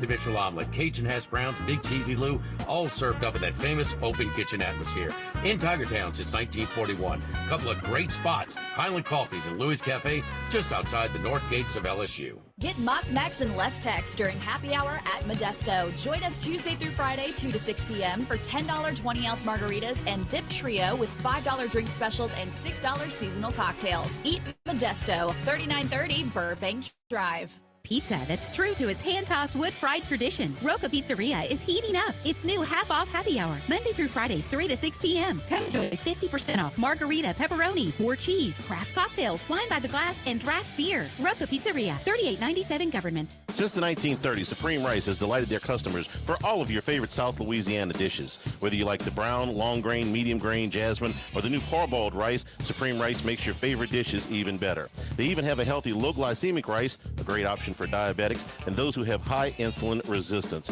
Supreme Rice is proud to be part of the Climate Smart program, which promotes water conservation and reduces methane emissions so future generations of Louisiana farmers can enjoy the same benefits. For more information and great recipes, find them online at supremerice.com. With all of the financial headlines, are you worried if your retirement savings will last? The market's ups and downs can keep you guessing, especially if you're approaching retirement or considering it. If you have more questions and answers about what's next, let's work together to help ensure you're prepared for your journey. After all, retirement isn't the end of the trek, it's a new beginning. Stop by your local Edward Jones advisor. Text Morris on Jefferson. Edward Jones, member SIPC. ALS is a progressive and neurodegenerative disease, and we need your help to find a cure. The mission of the ALS Association, Louisiana, Mississippi chapter, is to discover treatments and a cure for ALS, and to serve, advocate for, and empower people affected by ALS to live their lives to the fullest. Whether you are newly diagnosed, a military veteran, a caregiver, or someone looking to learn more about how to navigate living with ALS, they can help. Visit als.org to learn more. That's als.org. Jimmy Ott's 5-pack of picks, brought to you by Supreme Rice. Make sure you use Louisiana rice, grown by Louisiana farmers since 1936. Available at most local grocery stores. Supreme Rice. All right, we're back here at Ruffino's. I think we got Max's picks ready to go here. All right, Max, let's go, boy. I know you're a little rattled with the U.S. getting throttled in the early round, but get 20 seconds on the Ryder Cup so far. Well, we got some momentum here in the afternoon. We'll see Sam Burns bury the first hole. So we've got 2 red numbers on the board, 1 match where they're down. It's very early. Best ball. Maybe a better format for them based on what we currently saw, the matches we saw in the morning. But, yeah, not a pretty sight this morning. Very surprised to see Scheffler and Henley. Henley just didn't show up. And Justin Thomas and Bryson DeChambeau really ran out of gas, kind of fell apart for them down the stretch. All right, a good week for you. 4-1 last week. That brings you now to 13-12. Everybody above 500. I don't know what Macero is right now. Max 13-12. Charlie 10-9-1. I'm 14-10-1. So Max, let's go. Let's get the high-profile game out the way. One we're going to watch before you get to your check the scoreboard and your ESPN Plus menu. Ohio State and Washington. Oh. Young quarterback making his first road start. Exactly. That's your play. Julian Sand making his first true road start. A little late in the season for that, but it's still a possibility in a couple games, and this is one of them. And this is a very, very tough road start. Washington, one of the longest home winning streaks out there. They are really, really good at Husky Stadium. And Washington, to me, very good team with what they've done. Damon Williams, Heisman candidate, 60-1 right now. That number might get slashed if they were to pull off the upset. I think there's a chance of it here. They've got enough talent outside. They can run the ball. Their run defense in the past has been a little weak, which I worry about, but I do think that they can get to Julian Sand just a little bit to make this one close. I like the Huskies plus 8.5 against Ohio State. All right, Rice and Navy. You know, we know what Navy runs. Rice runs pretty much the same type of offense. Very, very similar offense. A lot of option-based misdirection, eye candy all over the place. You're looking at a total of 45.5. Yeah, I'm going to take the under here. This is pretty simple. When Navy plays, say, Army or Air Force, those totals are down to 38.5, maybe 40, 41.5, somewhere around there. This is essentially the same opponent. Rice runs in the top 4 in terms of rush attempts. So both these teams are in the top 4. They run the ball a ton. Rice basically has a triple option at this point, and they both play at a very slow pace. So I just think if this was Army versus Navy, we'd be looking at total a whole lot lower. But Rice, based on their name, just not being valued enough. So I think there's value in the under 45.5. All right, next one, Arizona. I forget. Arizona going to where are they going again? It says at Iowa State. Iowa State, that's right. Rocco Becht and Matt Campbell try and make the move this year. So Arizona won that weeknight game last week at home against Kansas State. Now they travel to go to Ames to take on Iowa State. Yeah, look, Arizona struggled a little bit last year. No competed. Their quarterback just had a down year, but he's off to a good start so far this year. Who have they played? Well, they haven't played much. Hawaii, Weber State, and Kansas State. But let's look at Iowa State's resume. Kansas State gave them a lot of cred, and that's kind of bumped them up in the rankings. Since then, they played Iowa. I guess that was a good win. They won by 3. They didn't cover the spread. They barely beat Arkansas State last week. That was a struggle. And they beat an FCS South Dakota team that's actually not very good in the FCS this year. So Iowa State hasn't really played anyone, and I get they're at home, but 6 is a lot of points for an undefeated Arizona team coming in here. I'll take the Wildcats here. Noah Fafita, I think there's enough here, and I think Arizona's got something going here in the Big 12 this year. All right. Next, UTEP and the fighting Micah Davies. Rohan's kid, the tackling machine for the Miners. Yeah, look, I may be a Sonny Cumbie hater. You can call me a hater. I think that's fair to say. I think he hasn't got enough production, especially at the offense, considering he's an offensive guy. So far, so good for La Tech. 3-1, the lone loss to LSU, and of course they played them pretty close. 4-0 against the spread. They have covered the spread. I think the market has finally caught up to them here. They're covering numbers right now, but UTEP on the road catching 3.5, a home dog here. Look, La Tech changed their quarterback to Blake Baker. I think that's the better option from what they started the season with. But UTEP, they can move the ball a little bit. Malachi Nelson, the former 5-star quarterback from Boise State, he's off to a decent start this season. 7 touchdowns, 4 interceptions. That's always a bit of a problem for him. Actually, eight touchdowns to 5 interceptions. But nevertheless, I think UTEP catching home points here. That's just too much against a La Tech team that's being a little bit overvalued in the market at this point. All right, I mean, really? That's fine with the pick. We'll see, okay? But you're making my brain bleed, boy. I mean, Sonny Cumbie, no respect. He's 4-0 against the spread. That's not good enough for you? I mean, what the hell are we doing here? I mean, what am I missing, Charlie? I mean, how long have we been doing it? 4-0 ATS, and no, that doesn't impress Max? I'm sorry. Go ahead, young boy. Last one, lock of the week. Lock of the week, we're 4-1 on these. That's the one thing I've been consistent on is these lock of the week. So I'm going to go with Southern Miss -4 against Jacksonville State. This is a play that Paul Stone also likes as well, so that always boosts my confidence. But Southern Miss, they're a total new regime. They bring in everybody from Marshall, and so that kind of changes things. And then I look at Jacksonville State, a total new regime, but going in the opposite direction, right? They lose Rich Rodriguez. This is not the same team. I think these two teams are still not adjusted for enough in the market. Southern Miss is a totally different team than they were last year. They were, 1-11 last year. They're going off of priors a little bit here in this lineup. I think Southern Miss is a much better team. They've got Braylon Braxton, who's going to throw all over this Gamecock defense. So Southern Miss -4. I have this number posted. It's like 7.5 when I was doing it in my brain before this started. So to get under a touchdown, to get -4 with the Golden Eagles, I'll take them this year. I really like them in Tuesday this year. All right. So there we go. We got Washington +8.5 under Rice Navy 45.5. They run the ball a lot. Arizona +6. Tough place to play. It'll be a big win for them, I think, there. UTEP +3.5 against Sonny Cumbie. Max is not impressed. 4-0 ATS. Okay. And then Southern Miss. It's SOUTHERN. Southern Mississippi. USM. All right, Max. See you on Monday. Good luck, sir. Come on, BUS. Rally time. Let's go. All right. So what I got? We're one up in the late ones. They're one up in 2 matches. They're all square in one, and they are. I'm sorry. They just went to all square in 2 matches. They're up 1 in one and down 1 in the other. All right. Don't forget Federalis Fest next Saturday, the bye week. That's going to be in town off Jefferson at the Lodge. Man, great place. My man Jay Hover from Beauvoir Park and Live After 5. He's doing it all again for you this week. The 3rd year in a row. Great line of original artists. That's right. Does a great job booking bands all over the South End.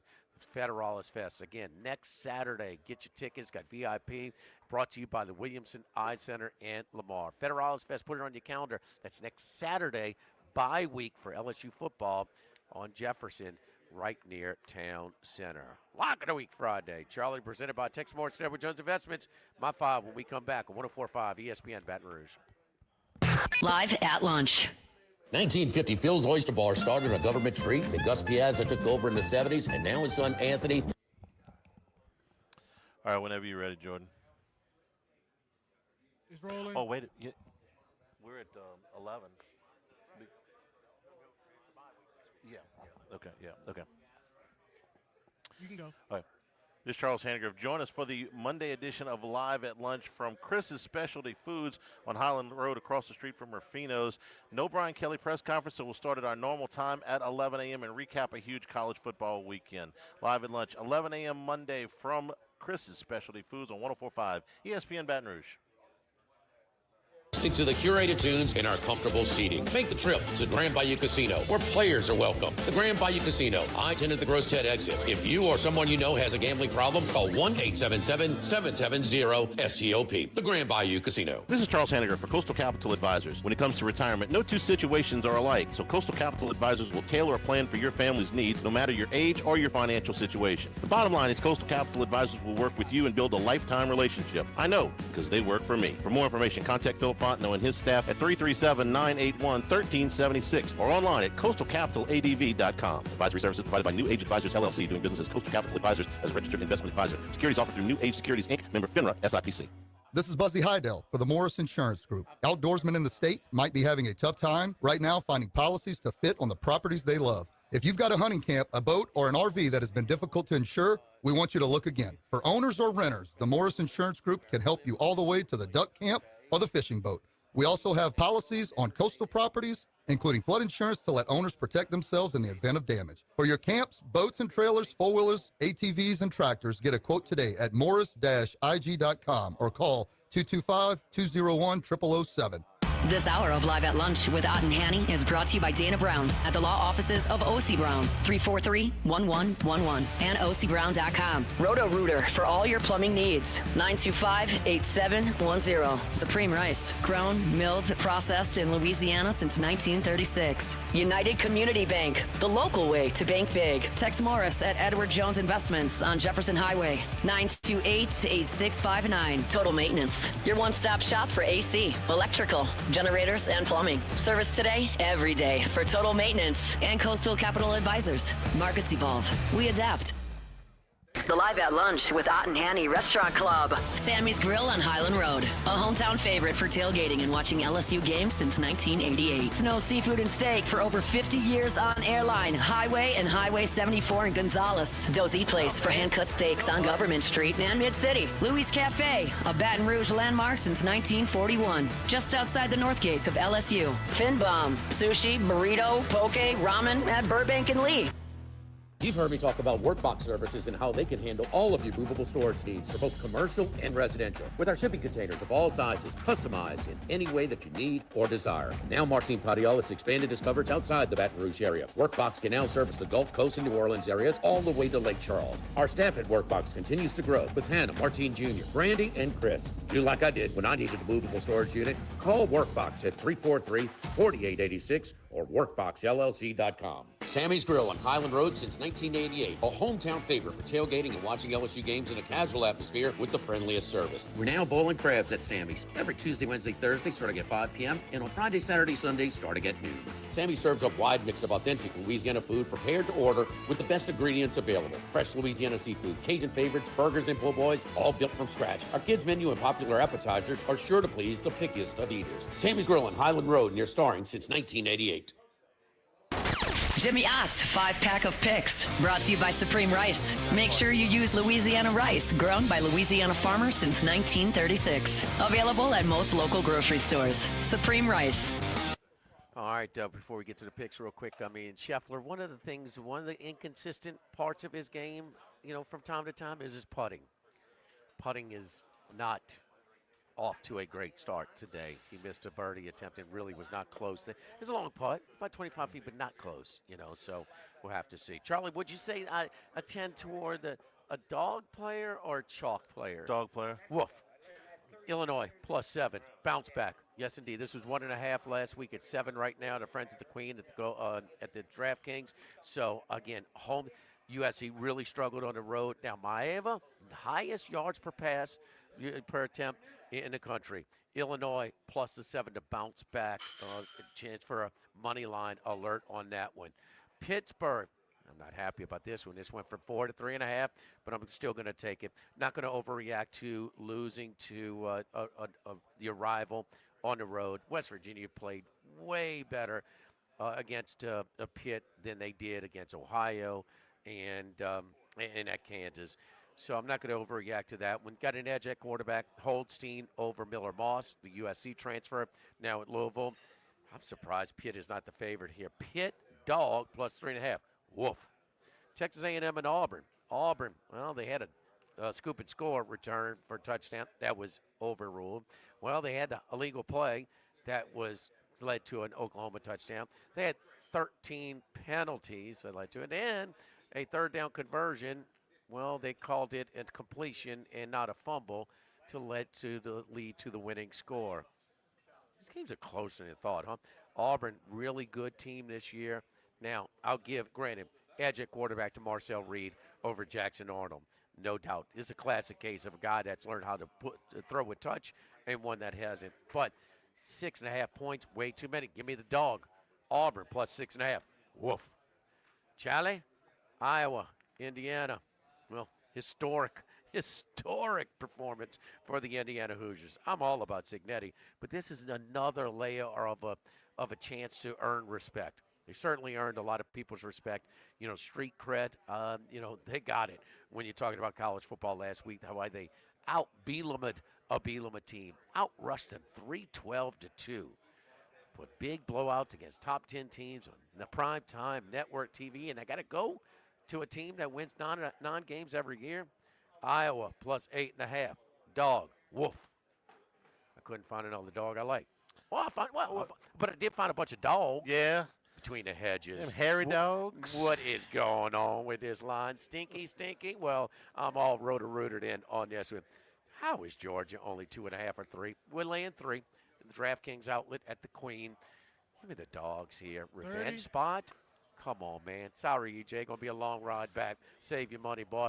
But anyway, give me the hunker down, you hairy dogs. Georgia minus 3. Iowa plus 8.5. Auburn plus 6.5. Pitt plus 3.5. Illinois plus 7.5. Football Sunday live this weekend in New Orleans. Caesars at the Sportsbook. Come on by and say hello. Monday normal time. We're at Chris's specialty meets. No press conference, so we're on at 11. Have a great weekend, everybody. Stay tuned for Hunt on 104.5 ESPN Baton Rouge. Baton Rouge, get ready for a fiesta of flavor. You guys have a good one. Thank you, Jordan. Appreciate it. All right, no problem. Las Palmas Mexican Grill and Rio Cantina Mexican Grill have you covered. Bring the family.